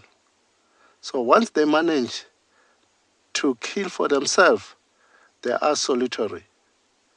They're not moving in a big number. You can see it's standing up. She had something, maybe it's the cubs, or she had something, or that can manage to disturb the cubs. You can see how active she is. She's telling us something.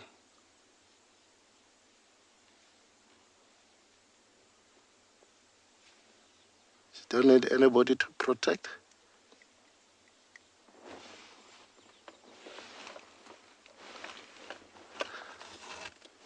Oh, she saw something.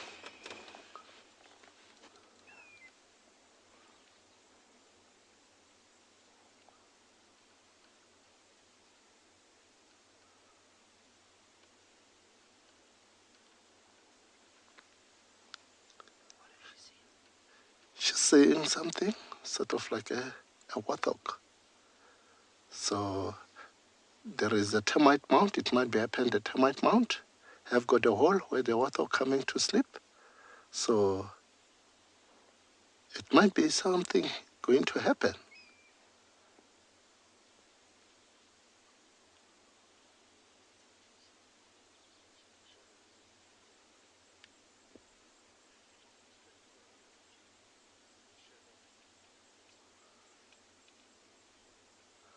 Oh, she's walking back. and relaxing.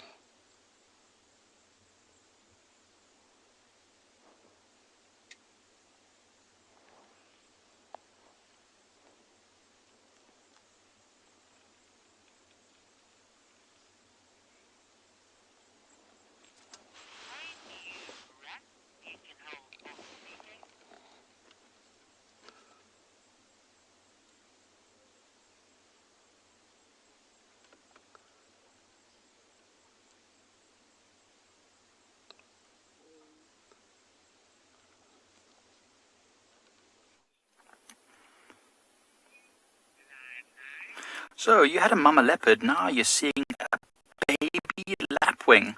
The mother's around here as well. This is a crowned lapwing. To be driving through here looking for any antelopes, and then all of a sudden, all of a sardine, this little thing hopped up and started running around catching little bugs and insects, and I thought it was so cute. It's so fluffy and downy.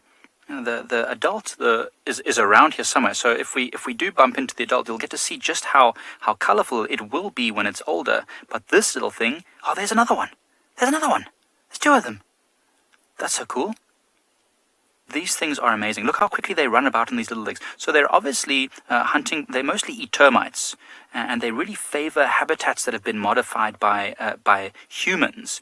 So, for example, old fields. So, for example, this was at some point a farmland of some sort, and it's now slowly being rewilded. But that's why they love it. The short grassy habitat is very easy to find little bugs and things, and you'll often find them on sports fields as well and golf courses. So that's why we've got them here. And it's really, really awesome to see these little ones doing very well. I don't know how many eggs a crowned lapwing usually lays and how many chicks they usually have, but there are two here which are probably in the next month or so going to be fully fledged and able to fly and move around on their own, which is amazing. Birds develop very quickly. It's always quite interesting to see, we might drive through here today and there's these fluffy downy chicks, and then in 2 weeks' time we'll drive through again and all of a sudden it just looks like 3 adults, maybe slightly smaller than the mother and father, but adults looking nonetheless. Oh, it's amazing. They've got these little, they almost look like cartoon characters. They run very quickly with their little legs, and then they stop, checking around, looking what's around, and then, little hiccup. It looked like he had a little hiccup there. Eating termites too quickly, slow down. I always used to get told I was eating too quickly, but then again, when you've got siblings, you got to learn to eat quick. This amazing little dude. I'm going to say this is a little guy, little dude. He just has that sort of energy. I don't know, running around. Where can you see the adult cat? I don't know. It seems to have moved to where we can't see him anymore. I think it's way further off to the left, maybe. But that's so nice to see these little things, and it's a nice open area, which is great for them, but maybe not so good in terms of predators. Because, of course, we've seen jackals in this clearing before, which will definitely snap up these little chicks. And we've seen lots of birds of prey flying over. So maybe, if there were more chicks before, they might have fallen prey to some sort of predator. There's the adult there. There's one of them. So this is interesting. This is a crowned lapwing, as I said. And so what they actually do, these lapwings, when they sense danger, they'll often dive bomb and try and mob any predator coming towards their chicks to try and chase them off. If that doesn't work, the chicks will lay flat and stay as still as possible, try and camouflage. And the adult, this one here, will then pretend it has a broken wing. That's where the name lapwing comes from. And it will flap its wings and hold the wings out at funny angles and try and entice the predator to think that there's an injured bird here, a very easy meal. As the predator, it might say, starts to follow the injured appearing bird, when it's far enough away, it will just stop acting injured and fly off.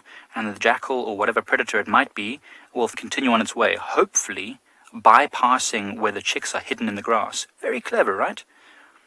It's a very, very clever strategy. And it works. It works very well. What have you found? Something very tasty. It looks like it's trying to hide from us, burying its head in the sand. You're not an ostrich. You're a lapwing. So there's a lot of dry grass here. This is probably a lot of termite activity, especially now as the sun starts to dip and there's more and more shadows. The termites will start to come out. Remember, termites don't like the sun, so they'll be in all the shady patches eating all this dry grass. Well, this is awesome. It's the first time I've ever seen such tiny lapwing chicks.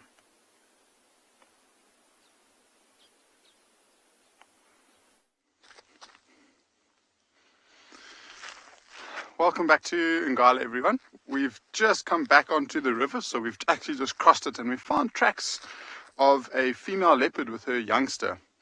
And I just wanted to show you quickly. So here we go. This is it over here. If I draw it around, so we've got 3 lobes at the back, like that, doof, doof, and then 4 toes. And then the other one, which is in a little bit of shade, is the youngster, or the young cub that's moving up the road over here.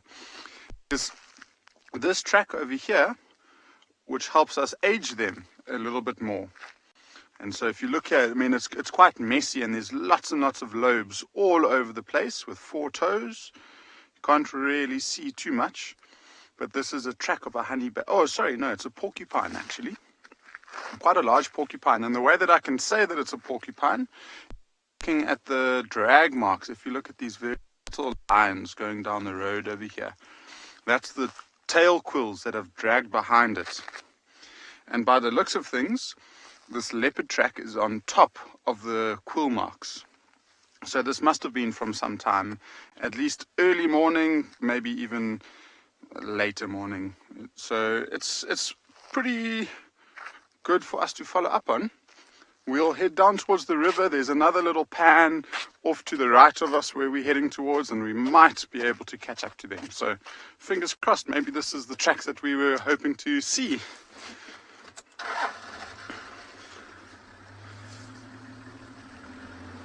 So it's just one cub track, and so we think that it could be the Ngala female who hangs around this area mostly. And she's sometimes quite a tricky leopard to try and catch up to and find. But we'll probably drop down into the river where we can scan on both banks, and then from that point maybe just loop back up towards that water source that I mentioned is around that area.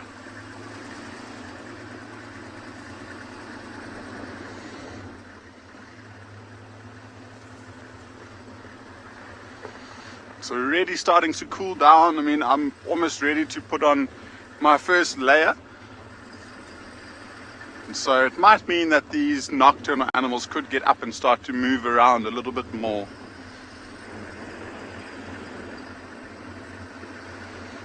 It's amazing. We've driven this riverbed where all of these tall trees are, and we haven't seen a single vulture this afternoon. And I am quite sure that they could have headed straight towards where that buffalo carcass was. There were lots of vultures that were gathering around that area, and they might have just started gathering around there waiting for those lions to move off.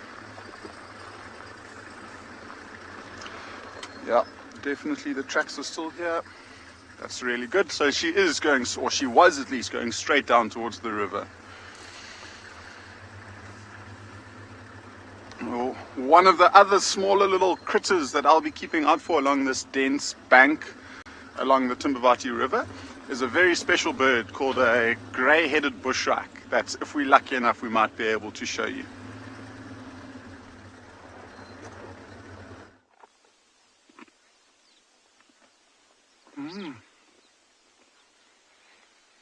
Yeah, well, I hope Eric and them do find a grey-headed bushrack. They're really cool birds. If you can get one of those, it'll be good.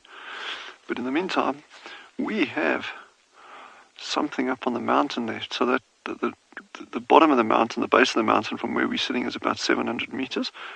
And where we are looking is probably 1.2, 1.3 kilometers away. And if you look very carefully, we are slowly zooming in. What could it be? Oh my goodness. Look at that. Those are Hartmann's mountain zebra. So it's very quiet down at the dam itself at the moment. So we just started scanning the hills, and there's that herd, and then way across the right there's another herd, but they're so tiny you're not going to see them properly, as opposed to these that you can see really clearly. But those are Hartmann's mountain zebras, so those are a long way away from us. And they will actually normally come down to drink water in the evening, but we actually bumped a very small herd of them just after the end of drive this morning. We had a small herd of them coming down in broad daylight to drink here at the water, which is quite interesting. But again, a lot of that is textbook stuff. So, oh yeah, this animal does this at night, and this one does this at this time of the day. And very often nature doesn't work like that, because and a lot of these textbooks and field guides are based on one or two observations or studies, good studies, but they've been done in a very, very specific area, very specific place. So whatever you read in a book, it's good data normally, but don't assume that that's the standard for whatever species you're looking at. That's what it will do. You've got to take the context of the data. But those mountains are beautiful. Wow. So we're hoping that we're going to get some activity now. It's the right time of day now for things like brown hyena to start moving. And typically they den up in the mountains on Tswalu. Also out in the dunes, but typically up in the mountains. So it'll take them a little while, if they're getting up now, to move down to the dam.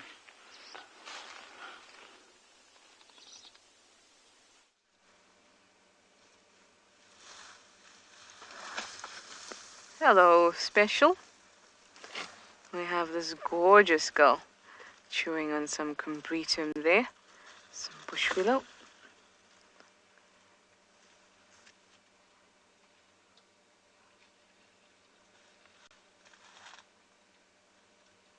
I was about to say, let's have a nice calming elephant sighting, and then she was like, no you don't. See how she's very still, she's listening. The rest of the herd is close by.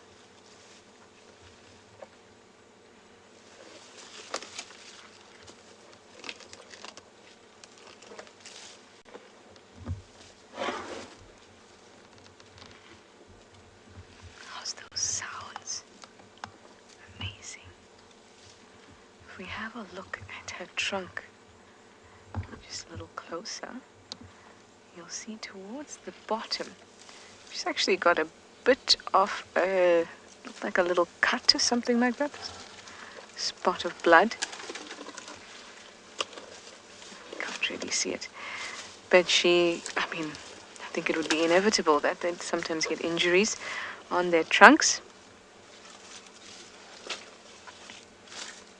And that's what she thinks of me, pointing out her injury.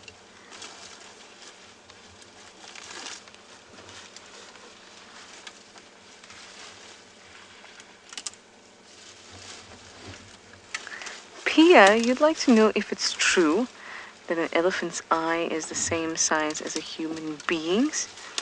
I don't know. I find it a little difficult to believe.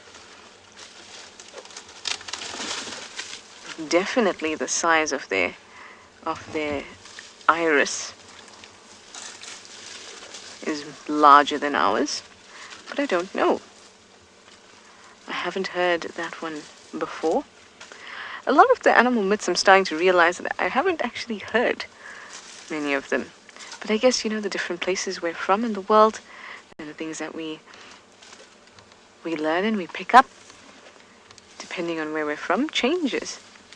And a lot of the ones that I'm asked, I think, I haven't ever heard that.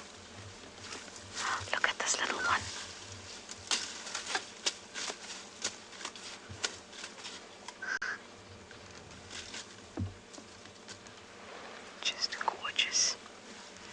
Now, I think that the camera work looks quite good. What do you guys think? Because I have Theo on board now.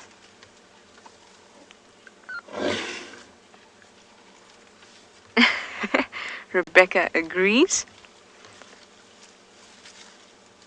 It looks good. So Theo is from Johannesburg. Fine young man.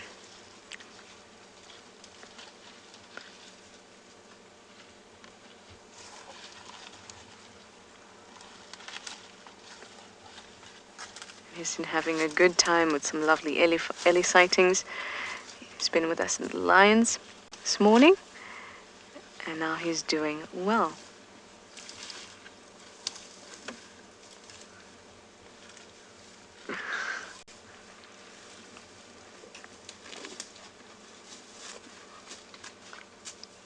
Lovely flapping. Talking about the the eye and the shape of the eye.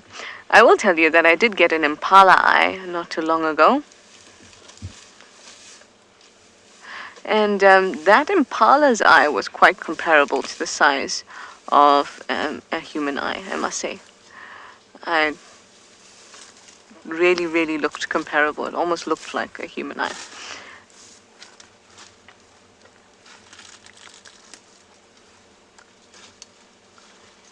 To me, the elephant's eye looks larger.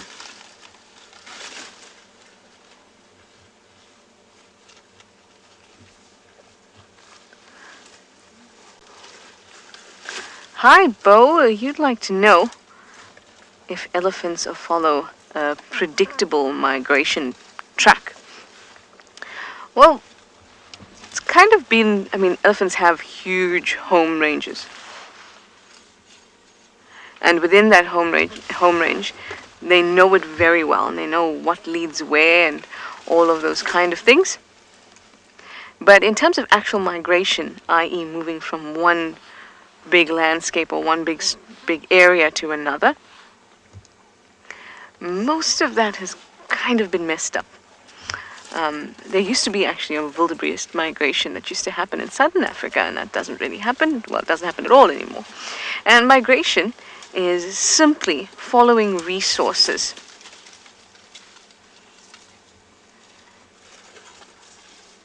And because of the elephant's massive home range, they don't really have a migration. They just move around in those areas. And because of their experience and being led by older, experienced matriarchs, they're able to find whatever resources they need within that area. Oh, there is a tiny thing just down there. Hello, Tiny.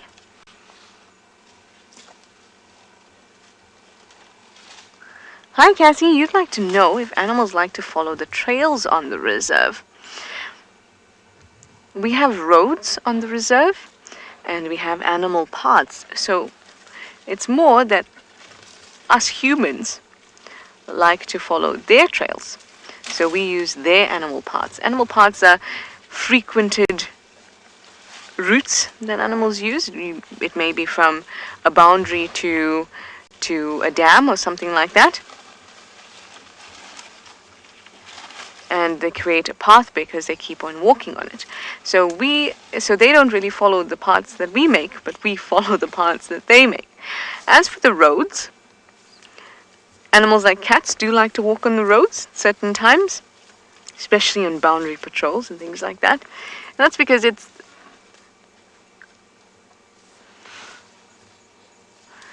some shouting going on behind me. That's because it is the path of least resistance.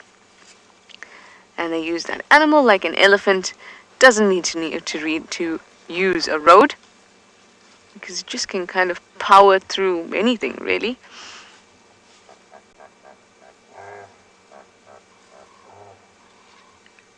Those are the hippos at Vuyatela Dam, giving us the good old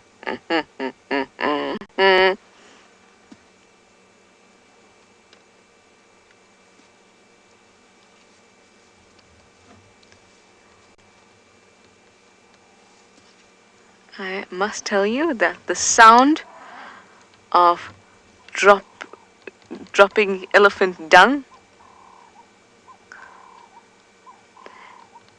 is something you'll never ever forget. Alright, Theo, bring it back this side. We have a request.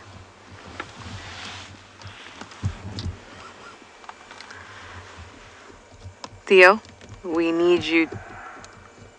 Elephant screaming. We need you to give us a good thumbs up. Everyone has to see your thumb. If they don't see your thumb, we're not going to know. Good thumb? What do you think? I think it's a good thumb.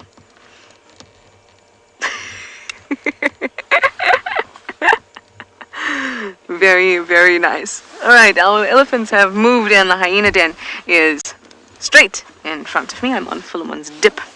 So, what do you say? We go and have a look.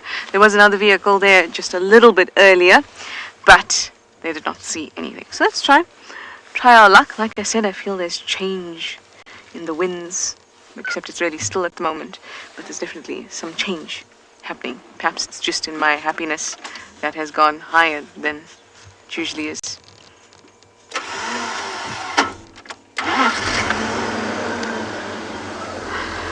All right, moving on. See you at the den. I believe that you did enjoy the elephant. Now let's enjoy the leopard.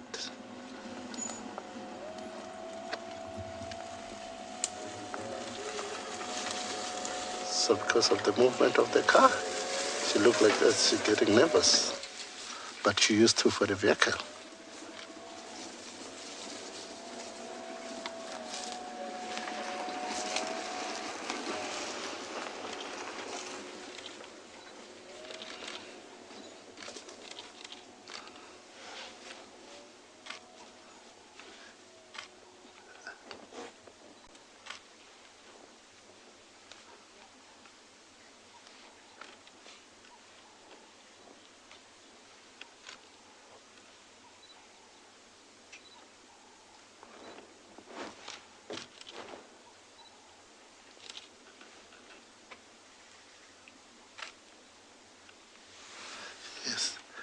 Can see the cup. She's looking always where its brother is, and at the side it's where my mom is.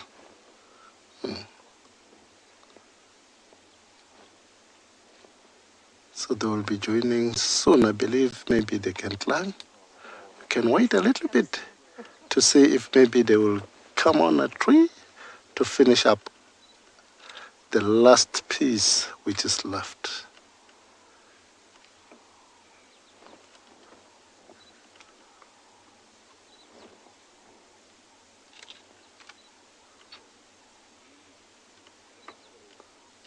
You can see the mom where it is. Also having a little bit sunny to enjoy the sun.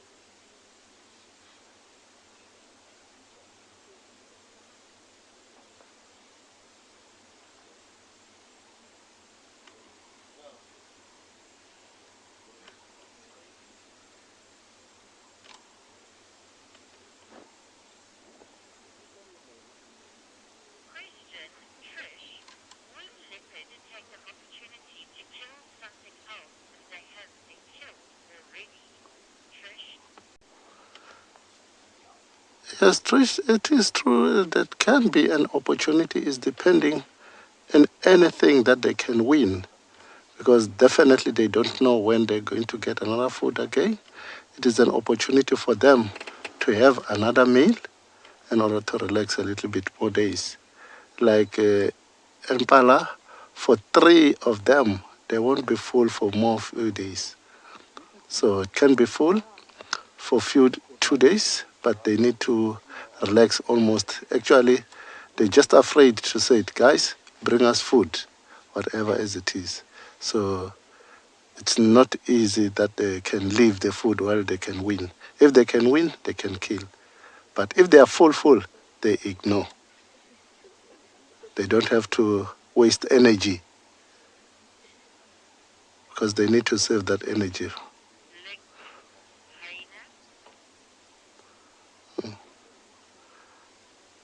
Look at the young one.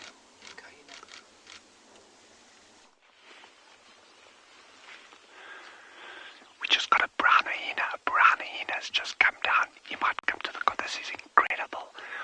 What I find particularly interesting is the injuries that this brown hyena has on its neck and nose. It's been in a fight. You'll see there's lots of bite marks all around the neck. I'm going to talk very, very, very, very, very softly. I'm going to talk very softly because the last thing I want to do is chase this animal away. Oh, look at this. Look at at us. Oh my goodness. That is our very own werewolf. What a sighting. I am blown away. I'm absolutely blown away by this. Oh my word. It doesn't get better than this. It does not get better than this. Exactly what I was hoping for and what I was saying on the last time you were with us. This is the time of day that they start moving. Oh my goodness, I'm in heaven. What a reflection. Look at that reflection. Brown hyena. Oh. Shenji says this is her favorite animal. This is brilliant. I agree. These animals are absolutely beautiful and totally remarkable. It's drinking the water right at the kudu carcass. I wonder if there's a better taste for it. Oh, this is amazing. But so this animal's got a lot of injuries on its neck, lots of bite marks. We know they do fight, and typically going for the neck and shoulders when they fight.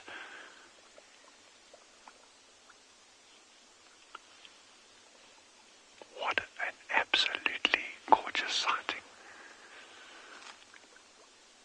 Oh my goodness.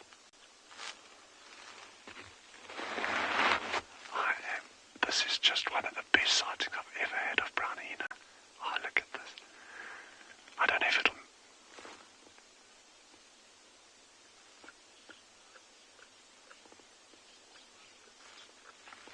Wildlife Rules has just asked, which is bigger, spotted hyenas or brown hyenas? Spotted hyenas are considerably bigger than brown hyenas. If they can get to 80 plus kilograms, these guys, a big one will be 60 or so. So there's a big size difference between spotties and brownies. But brownies are my favorite by far. I love all of them, that's the problem. They're all my favorites. But what a sighting to see these animals in broad daylight is something incredibly special. Wow. Jeez, this good is going a long way. Spotted hyenas last night, which we didn't see, but the tracks were there to tell the story. Brown hyenas, jackals. There's probably been other things on this as well. Maybe even tonight you can get things like jennets. If it gets pulled out onto the edge, they will also come and feed on it there as well, possibly. Or at least on the little things that are going around the carcass. There's so much life around her that is created or generated around a carcass like this.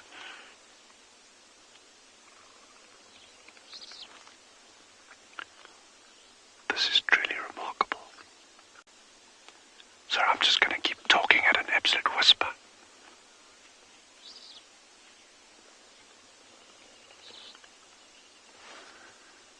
So, Cheeky has just asked, do brown hyena and spotted hyena have the same track marks?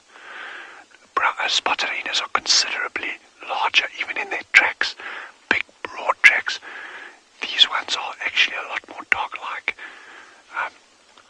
But what I'll do is when we actually see a track on one of our segments of the coming days, I'll actually show you the difference, where we can actually look at them with a camera and say, okay, that's a brownie, that's a spotty. That'll be the easiest way to give you a clear indication of the differences in their tracks. But pretty easy to identify on the ground.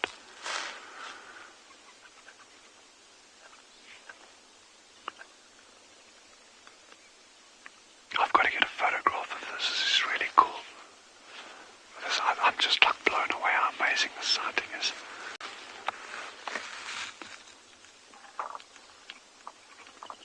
Some people wait their whole life to see an animal like this. Sure, he's a really haggard old one. Although his ears aren't in bad condition. Normally if they've been in fights, their ears get very, very tatty.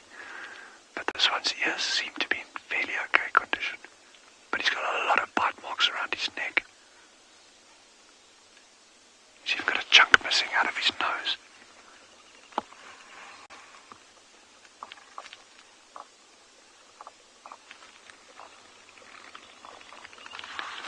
He's right ear is actually quite dirty. His right ear has got a lot of bite marks out of it as well. Wow, this is just best sighting I could hope to have this afternoon. I'm so excited that we can share this with you. Yeah.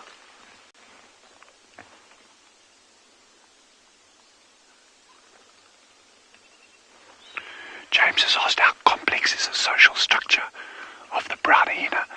Very good question. So firstly, they've got these these extended family groups, but much smaller than spotted hyenas. If you look at spotted hyenas, you get these really big clans, sometimes 20, 30, 40 animals. And they'll take down large prey items like the skudu, so they don't just scavenge.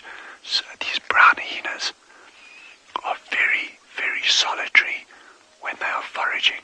So they go in much smaller family groups. And they forage individually. I've personally never seen them actually hunting together, and it's also actually quite unusual for them to hunt. So the social structure there in terms of the size of the group dynamic is very, very, very different. And in fact, if you get areas where they overlap, like Tswalu, the spotted hyena can really dominate the brown hyenas, particularly at things like kills and even at den sites den sites. In other words, competition for den sites will be quite intense. We're very lucky here in terms of that we've got these mountains or these hills on Tswalu, because you'll find that the spotted hyena will be denning out on the flat ground in the dunes, whereas the brown hyenas like this one, they'll be denning up in the mountains normally.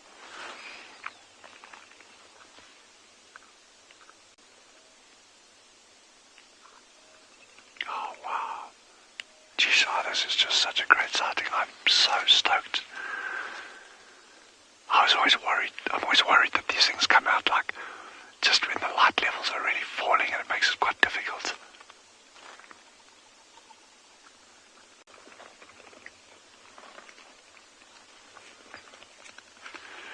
Oh, Marion, great question there. Marion has asked, will we be able to identify this animal by the bite marks on it, like that ripped nose, for instance, or will it actually heal and become difficult to identify? It's almost certainly going to be identifiable, not just by that injuries on the nose, but also on the ears, on that right ear. But although the problem with that as well is that those ears can get more ripped, so it can become challenging. But other ways that you look at brown hyenas are the stripes on the legs. They've got these very distinct patterns on the legs. It does take a bit of practice though, but you can identify them like that. And totally different shaped ears to spotted hyenas. Spotted hyenas have got those lovely teddy bear ears, those big round ears. These are big and pointy. And of course, totally different body features in terms of these are long-haired, shaggy brown animals. Spotted hyenas much shorter fur and spots and a grey colour. Oh man, I'm so happy now. This is incredible. What an incredibly good sighting. And you'll get a couple feeding on a carcass. If it's a big carcass, you can get 3 or 4 of them feeding at the same time. But normally it'll almost always be from the same family group. Whereas if you look at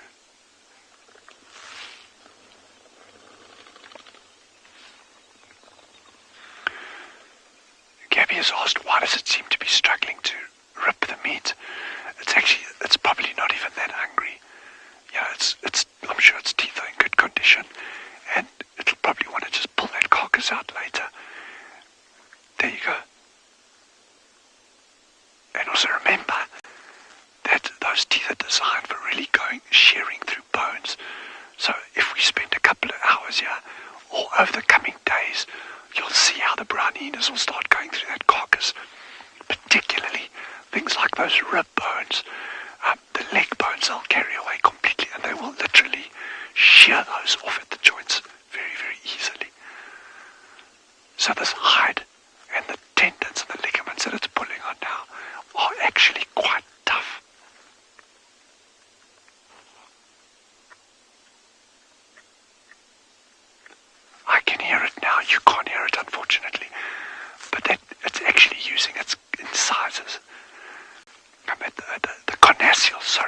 cornacles at the back when it's standing side on and chewing like that. It's using those cornacles to start shearing that meat and the tendons and ligaments.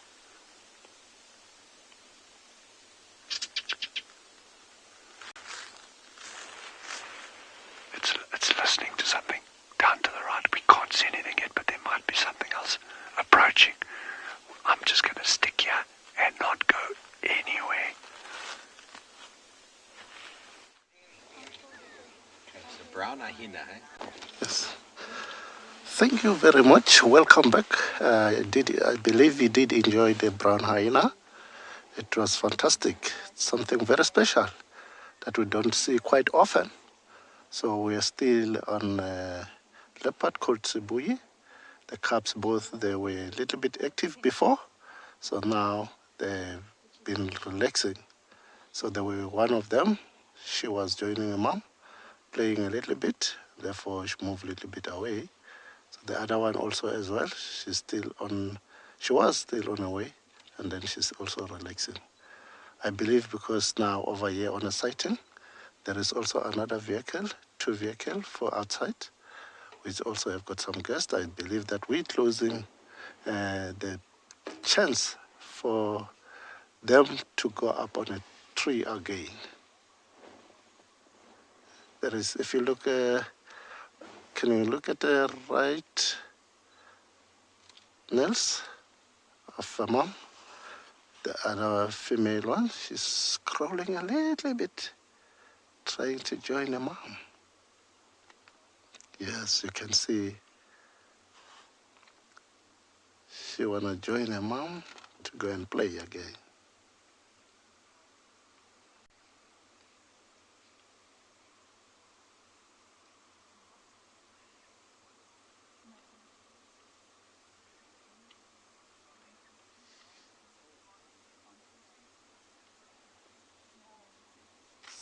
So to me, they do want to come back for the carcass to down it, but there is no chance because it's sort of like, for them, I believe they saw that it looked like overcrowded because some other vehicle, they're very close to the tree in order to climb for them. So that's why they're still relaxing and waiting for everyone to move in order to get on a tree to finish it. The meal.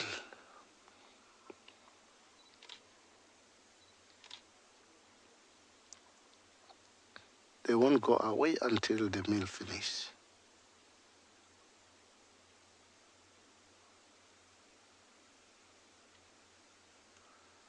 Sort of like becoming a breakfast, lunch, and dinner.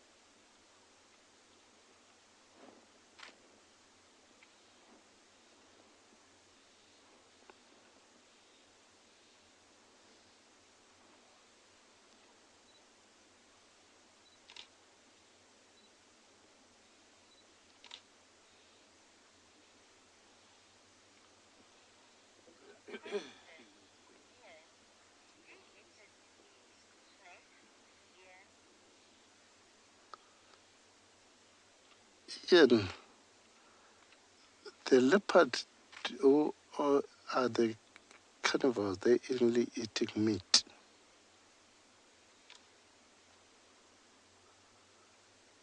So they hunt for anything which have got blood. And for the animal that they can win,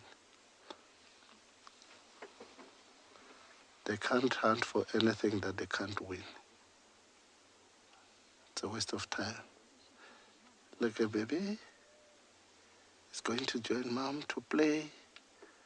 Mama, can I play with you? Is the question, and the mama says yes.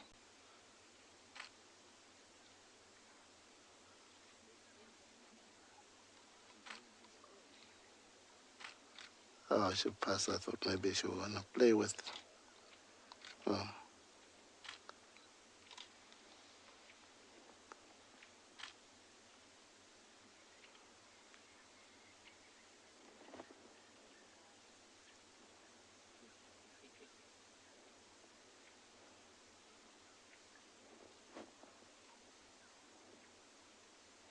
It's going up on a mount,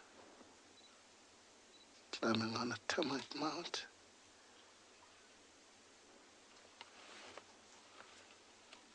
Where earlier on was some squirrel. Maybe he believed you're going to double check that the squirrel are down. Very close that I can catch or not.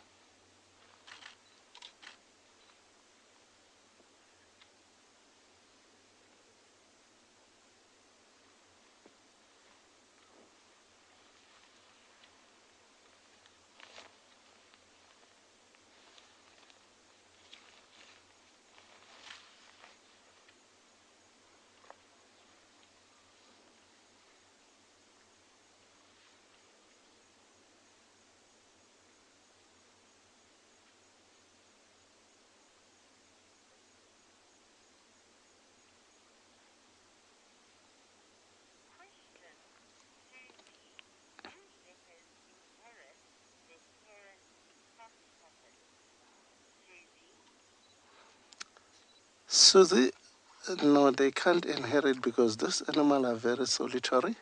Once it's fully grown, automatically have to be separated. So even those one, they're still under parental.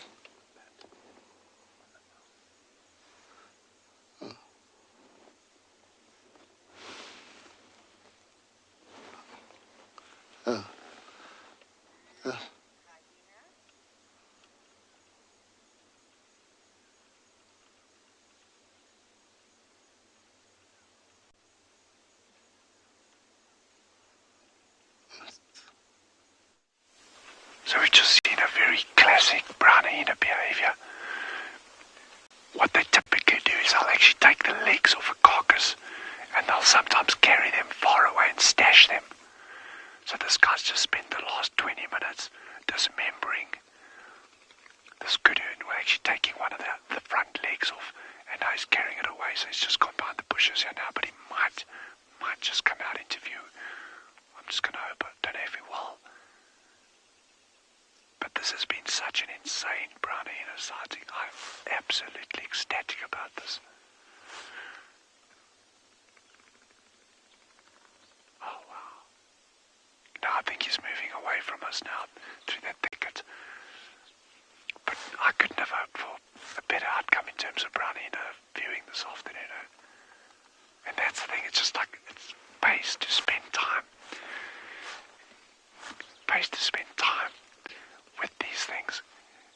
A carcass is quite like a given because you're going to get some activity there, but you never know what that is going to be. It could just be jackals, it could be brown hyena. Can you see that duck? Old Sheldon is back doing his handstands. Look at that. I could never balance like that. That would just be, I can barely stay upright on two legs.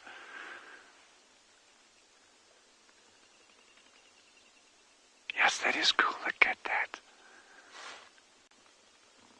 So that's just one feeding strategy of them when they do that. They actually get down and they're foraging on the bottom. And then they got the normal dabbling that they do, going, just filter feeding as they move. But then they also can go, they can actually feed on fresh growth of grass and things as well, away from the water. But that light on him, oh my goodness, look at that. He's going down.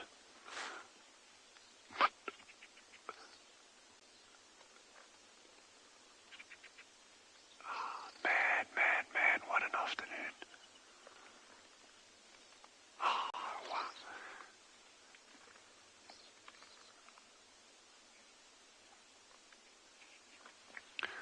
Stefan has asked, are there many bird species that nest during winter? Not that many, eh? And it's, I was chatting with a friend of mine, Rob Thompson. He runs the whole pygmy falcon sparrow weaver project here. Or not sparrow weavers, pygmy falcon social weaver projects here. And he heads up the Fitzpatrick Institute at University of Cape Town. And it's quite interesting there. We were talking about the fact that these ducks nest underground. is probably one of the key factors that enables them to actually nest right in the middle of winter, in the heart of winter. I mean, as you've seen, we've had temperatures of -6, -7 degrees this week. Now, if you had eggs in those conditions, even if the adult bird's trying to incubate them, it's going to be really tough on the adults as well as those youngsters. So by nesting underground, that really, you got that beautiful amelioration effect, that buffering effect of the temperature inside these burrows. So that enables him to do that. But what came first, the chicken or the egg? Because these birds are utilizing, because they live in these really arid areas where there's limited nesting sites, that may have evolved because of that. So because there's limited nesting sites, well, okay, what do you nest underground? So there's a bit of an interesting thing going on there, and a lot to be found out about these birds. We know very little about shell ducks. And on some major water bodies in southern Africa, apart from Egyptian geese, which are super common birds, this is the second most common duck out of a whole lot of the ones that were studied. So, and yet we know so little about it, and that just shows how exciting this is, what we've still got to learn. WildEarth relies on support from viewers like you to carry on broadcasting our daily live shows. A small donation goes a long way in helping us on our mission to connect the world with nature. Please visit our support page to see how you can help and become part of the WildEarth family. Welcome back to andBeyond and Ngala. We have just been listening to a grey-headed bushshrike calling in this bush that we are focused in on. And this is a bird that I've been wanting to try and show everyone for such a long time. It is just such a tricky bird to try and see because it is so secretive. And they hang around in very dense bushes. So I think pan slightly to the left there, Owen. Just slowly, slowly, slowly. So everybody keep a lookout for like a bright orange or yellow, because that's exactly where it was in. Maybe up a little bit. At the moment it's not moving around, which is making it tricky. Maybe pan slightly more to the left. Oh, this is going to be so frustrating because I can almost see it. I'm going to creep, and I'm going to move a little bit more forward. If you just focus in on there. It is one of the most pretty birds. Okay, there's a gap there. Okay, so go right. Yeah, there we go. There, look dead center. We can just see it. Yeah, so maybe about a few centimeters below center. That orange-looking leaf thing. That's it. So it maybe doesn't look too much for now, but to see a grey-headed bushshrike is insane. And then see that's slightly, I mean, from at the bottom is the yellow, and then it moves up towards the orange, and then if you look directly above it, there's a little grey head, and so that's called the grey-headed bushshrike.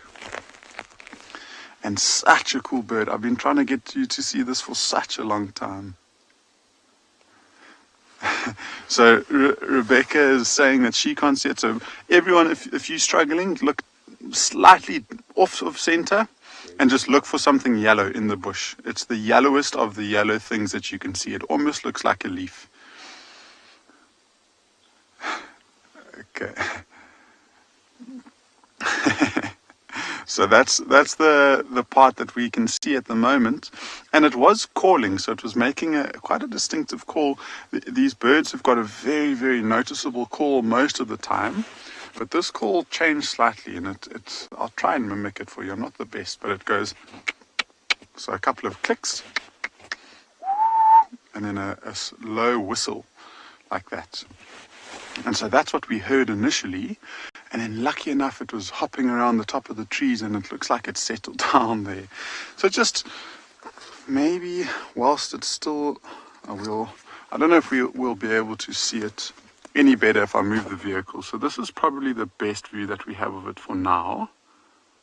I'd love for it to move around a little bit, just so we could see it out in the open. And so this just shows you how hard it is, and I don't know why I made myself the challenge to find it. It's taken me 2 months. But this is pretty much what we see of these birds. All of the bushshrike species hang around in these very, very, very dense bushes like that. And so for us to spend so much time with it is actually rather special. I'd love for it just to move so everyone knows that we haven't planted a funny looking leaf and pretending that it's the bushshrike.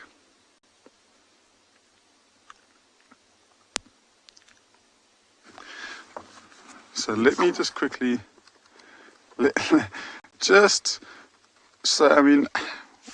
maybe see, we'll keep an eye on it, but maybe if I can just show everyone what it looks like.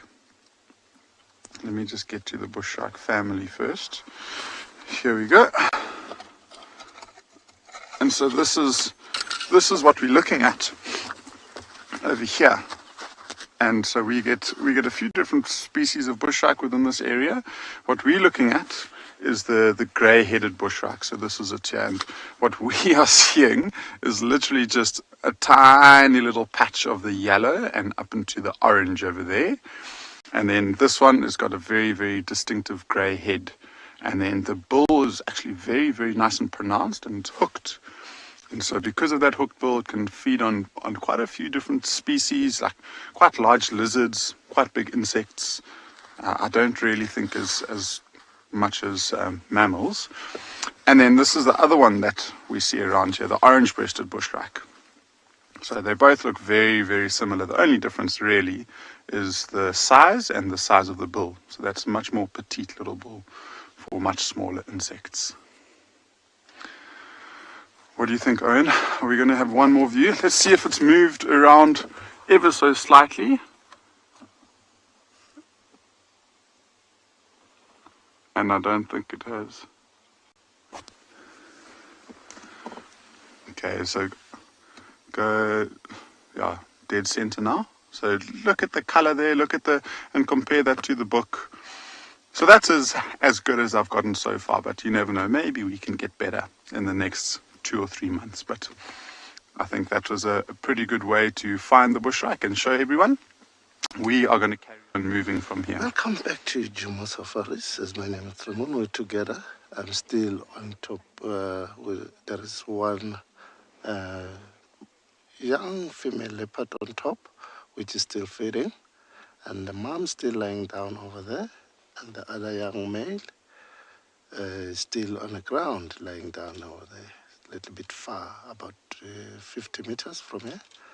So the female one, she did decide to take a little bit, starting to have a dinner.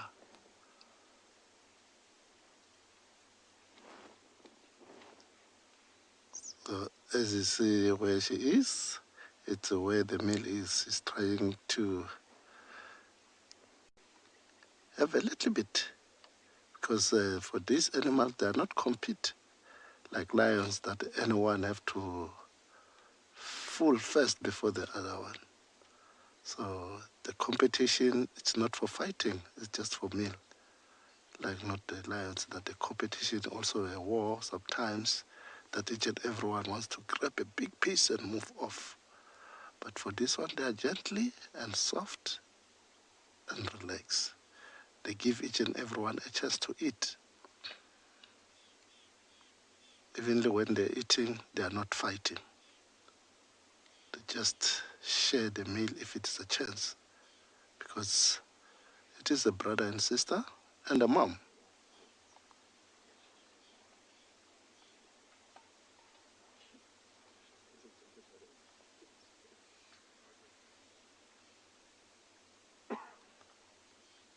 So I got a question earlier on. It was sort of like a misunderstanding of the question. They do heritage sometimes, but all of them, because if you look on our naked eye, it will look like the same spot. But once you take it a picture exactly together with the other one, it won't be there exactly the same spot to the other one. But on our naked eye, yes, they look the same. But the spot can't be spot exactly on the same like the other one.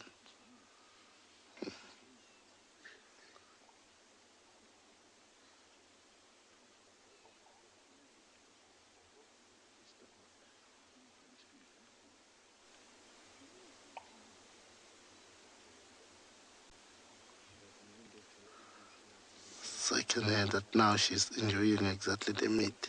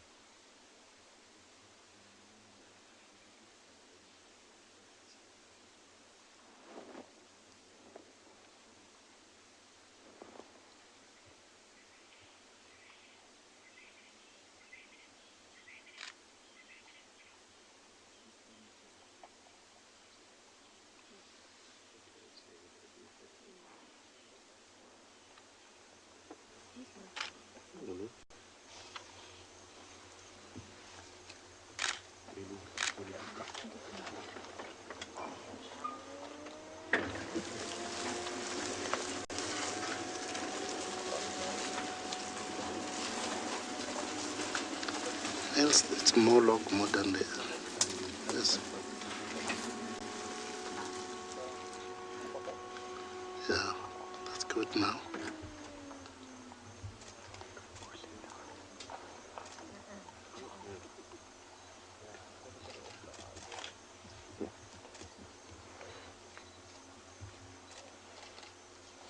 Will give you a tip.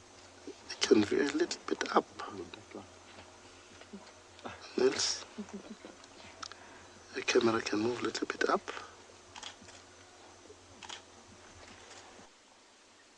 Yes, go ahead a little bit more. Good. Now we can view the whole, not only more branch more than what she is doing.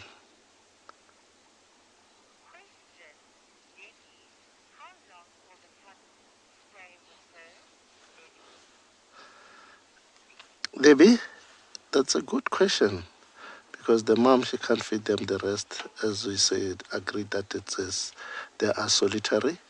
So mostly once they complete a year or 9 months is the time when they're starting to hunt for themselves.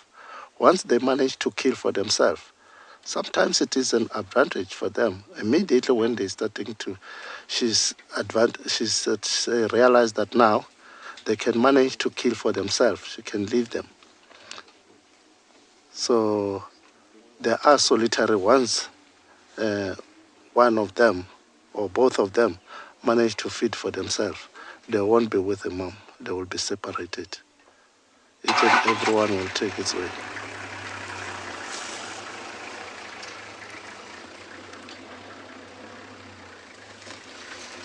That's a good question, Debbie. Thanks.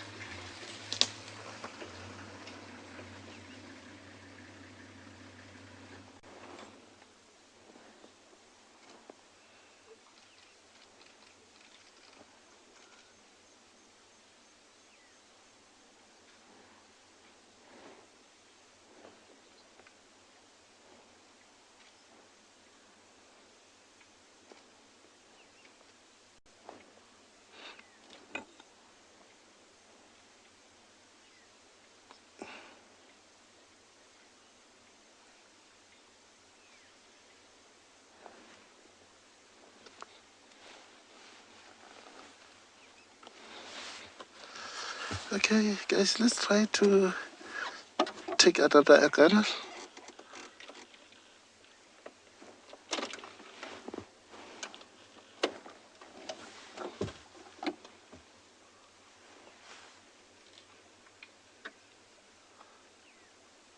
Still on the leopard.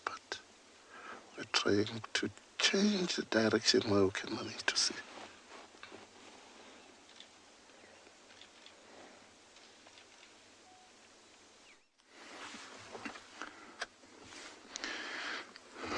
We decided to come in and see what is happening around these open areas, and these two young hyenas are walking straight down the road. And the fascinating thing is they walked straight past the zebra, and neither of them reacted to one another. Those zebras probably notice that they're young hyenas, they're not really doing anything or threatening to the zebra, so the zebra let them pass. The hyenas realize those zebras are way too big for them to try. And so these two hyenas are probably in their teenage years. And see, both of them have now stopped. They're still probably about 50 or 60 meters away from us.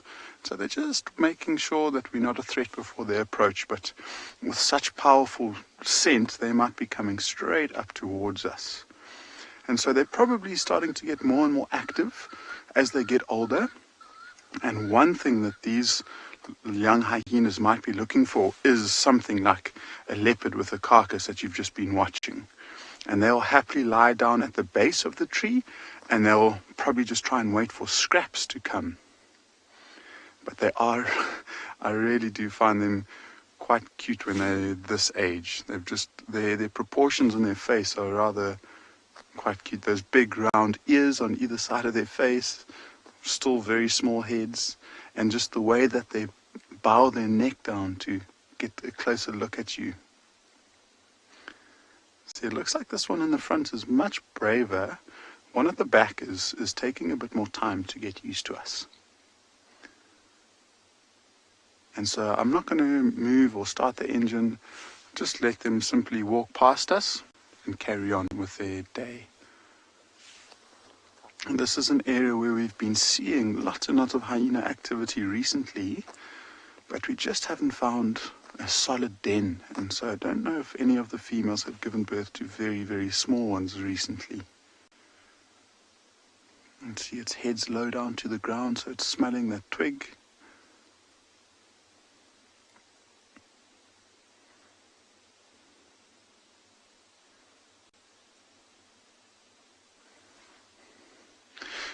Darcy, I think at this age they probably will have a similar strength bite to a brown hyena, but when they're adults, they've got a notoriously strong and powerful bite. And so at this age, they're still going through their toothing phase, and so they'll be chewing on all sorts of old bones, old cartilage, trying to get those muscles in the jaw nice and strong. But when they're adults, they'll have a much more powerful jaw than a brown hyena. And an adult, if you look at a giraffe femur, that is something probably in the region of between 3.5 inches, or maybe 7 or 8 centimeters in diameter. A powerful, fully grown hyena is capable of crunching through that in one bite. Let's listen.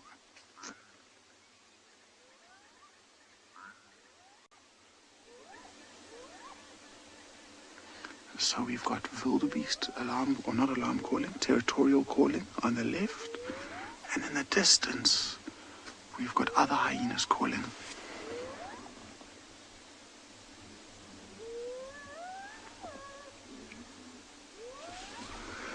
And we've got another hyena coming in fast. It's going to run straight past the vehicle. It's coming from behind us.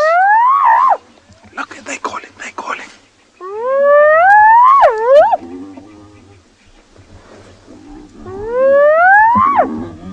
Here comes this one running in. I've never seen hyenas this young calling. And they're taken off.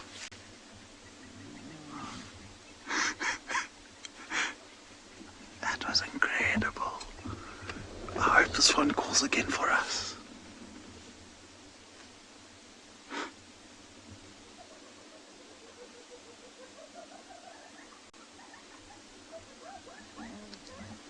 There's something going on there. There's definitely something going on. There's that excited, laughing call, and they've just all taken off. We'll see if we can listen exactly where it's coming from, but they know exactly where to go. So there's a road not too far away. I think we're going to try and quickly loop around there and see if we can see what is going on.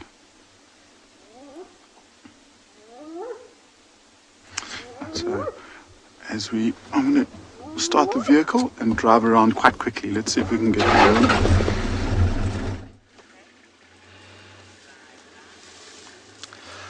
Welcome back. I believe that you did enjoy the hyenas. where it's running up and down.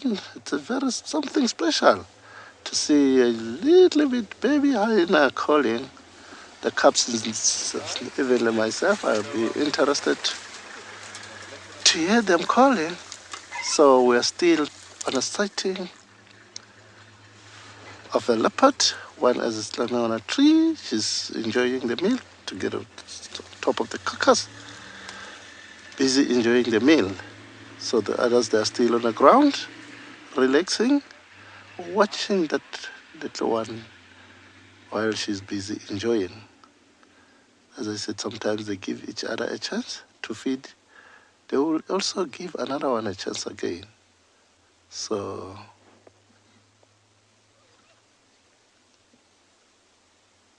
it is marvelous sighting right over here. You can see that he's fighting against the carcass. Oh, nice one. She also need to protect not to fall down, because sometimes if it's fall down, if the hyenas are very close, they will take the beak and run off. And it will be, oh, sorry, I'm not full yet.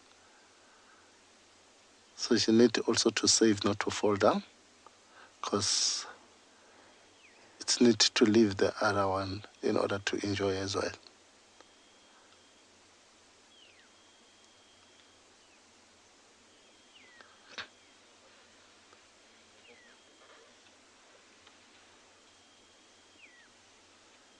And look how is she doing.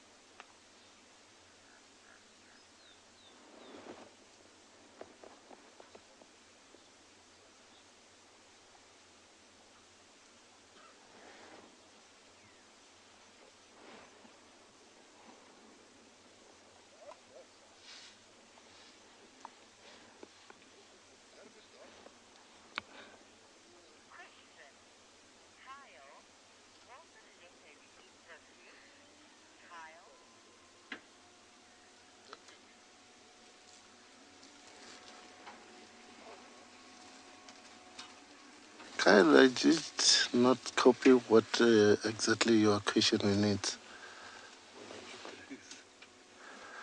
No. Sorry, Kyle, they can't eat the hoof. It's the left over for the hyenas. So they're only eating the meat and leave the hoofs for the hyenas. The hoofs for the leopard is the same as the horns. They don't have evenly want to taste them. So it's only the food for the hyena.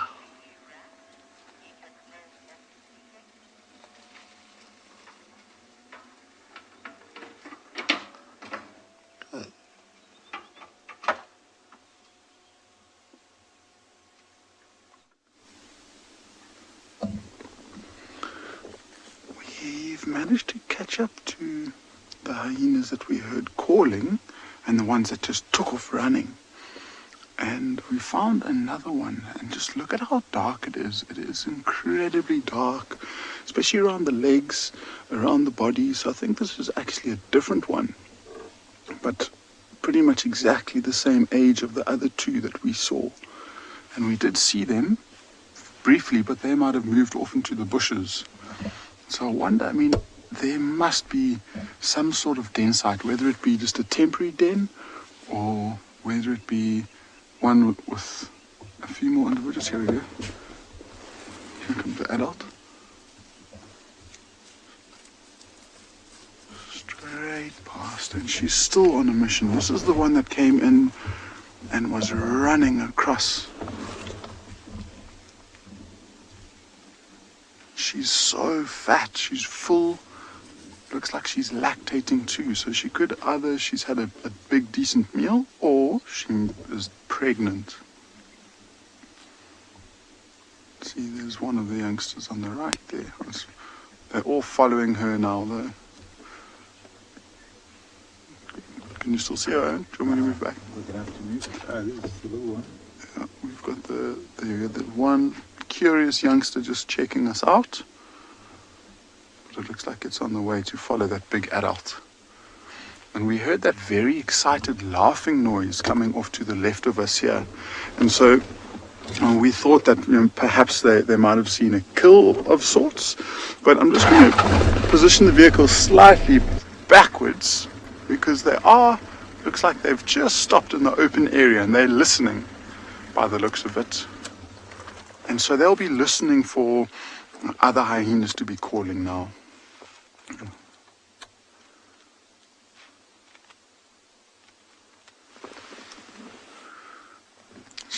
All of a sudden she's just become very quiet. Her ears are pointing in exactly the direction that we heard all of that excitement.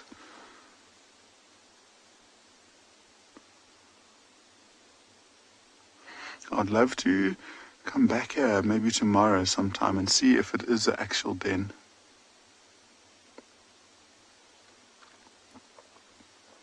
Tailor-made, they will definitely, I don't know if they have specific calls per clan, but they'll be able to identify different calls from different members of the clan. And so, I think, if I'm not mistaken, humans have recognized at least 14 different ways of communicating or different vocalizations of hyenas. It might be more. I'll have to double check that. But they're capable of recognizing each individual by the call. And so they'll be able to tell if it's part of their clan or if it's not, just by listening out. So I don't think they'll have I don't think each clan has got their own specific call that they give. There's that youngster, and just look how dark it is compared to the adult.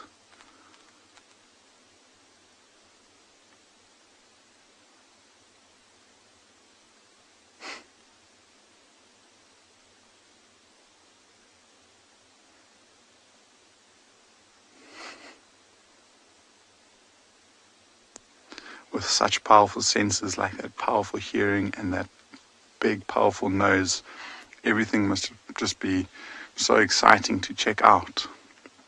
So those youngsters are probably still in the process of figuring everything out, figuring what the smells and the noises are, and slowly but surely they'll start joining these adults on bigger, longer excursions for the night.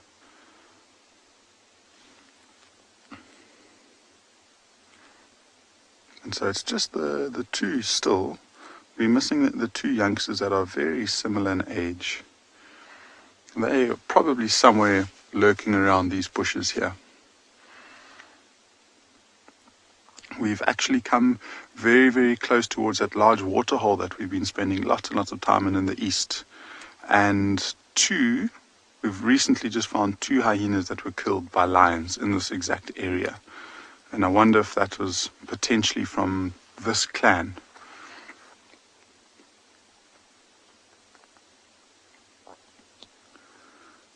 So I think it seems there's another one coming to join them. It seems like that excitement is over. And so I'm not sure if I'm going to stick around for too much longer. I think we'll give it another 2 minutes and then from there move on.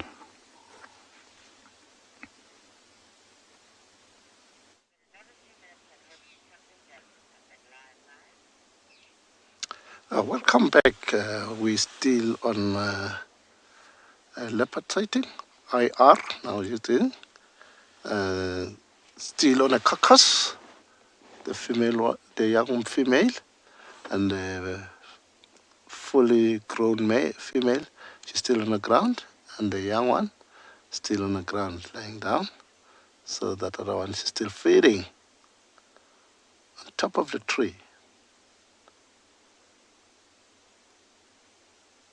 So I believe soon the other one will join, because it was coming and then lie down again. So he's just waiting his sister to enjoy as much as it is. Therefore, he will jump on to join the meal.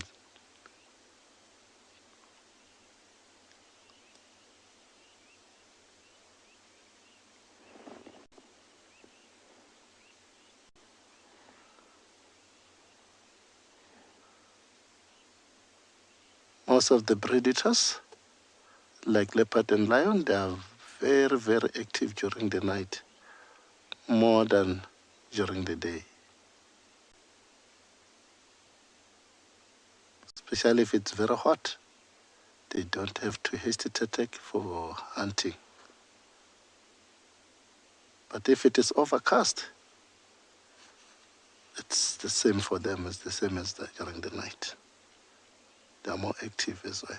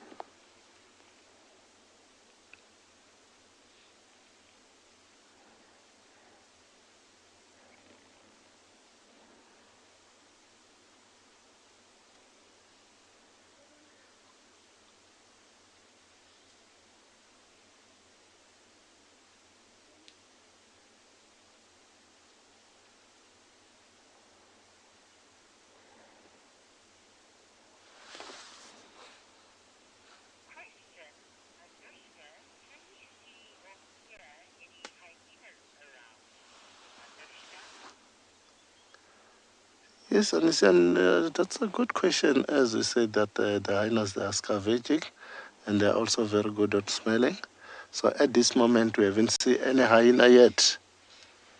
It might be happen that come anytime, because they are also nocturnal animal, that they are more active during the night. So anytime they can come. I just heard some calling about, I would say it almost about 200 to 300 meters away, that they might come soon.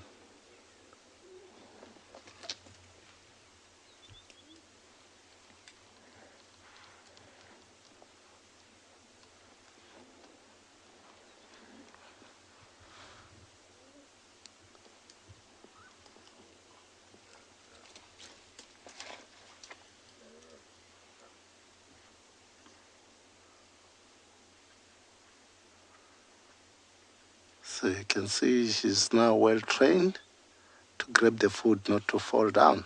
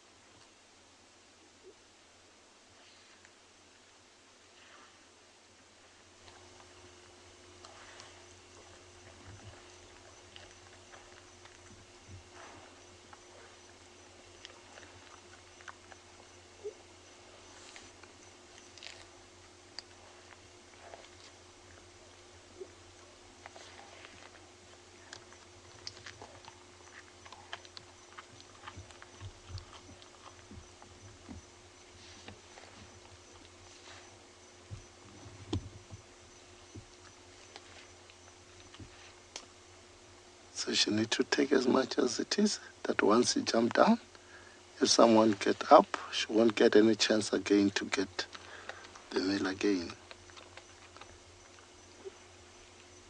Because it's almost finished. The other two, once they go up, they will be finished everything. They will leave the hoofs only.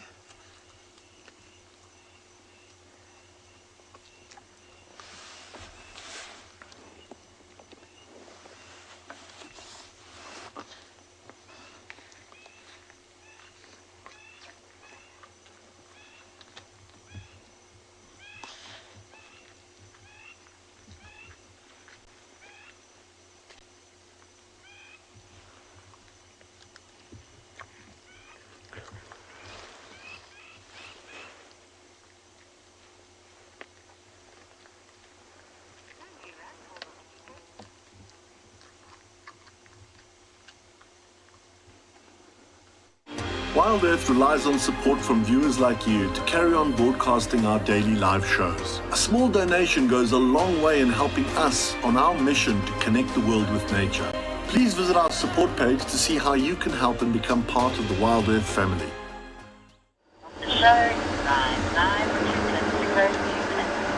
We have just heard a few growls, slash sawing, slash not sure. And we're out on quarantine. Now I know leopard was seen during the day, in fact during drive, and then I had a look at it just on the north side of Vuatela Dam. So Rex and I tried to follow up on that leopard, but I haven't picked up on tracks. Now I suspect that leopard is still around here. I've looked around the boundary, nothing exiting, and I think that leopard is still around here somewhere. The way that it came up and on that side of the dam, of the shore, it should have come right to Vuatela access. And I'm not seeing any tracks here.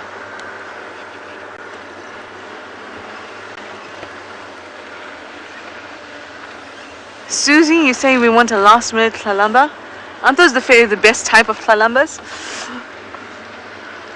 I'd taken any tlalamba because I actually might have seen her last night, by the way. I was closing the gates at Vuatela, and there's a long gate, and I looked both sides, and I saw something on the gate, and then the door closed, and then I went to the door, and then I looked at the gate again, and it was gone, and to me it looked leopardy. But we have some zebra to keep us company for the last few seconds of drive.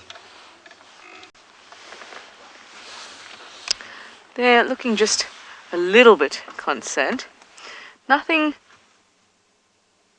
too crazy. But they were giving us a bit of a jump and stuff a little earlier, and they keep looking out in that direction.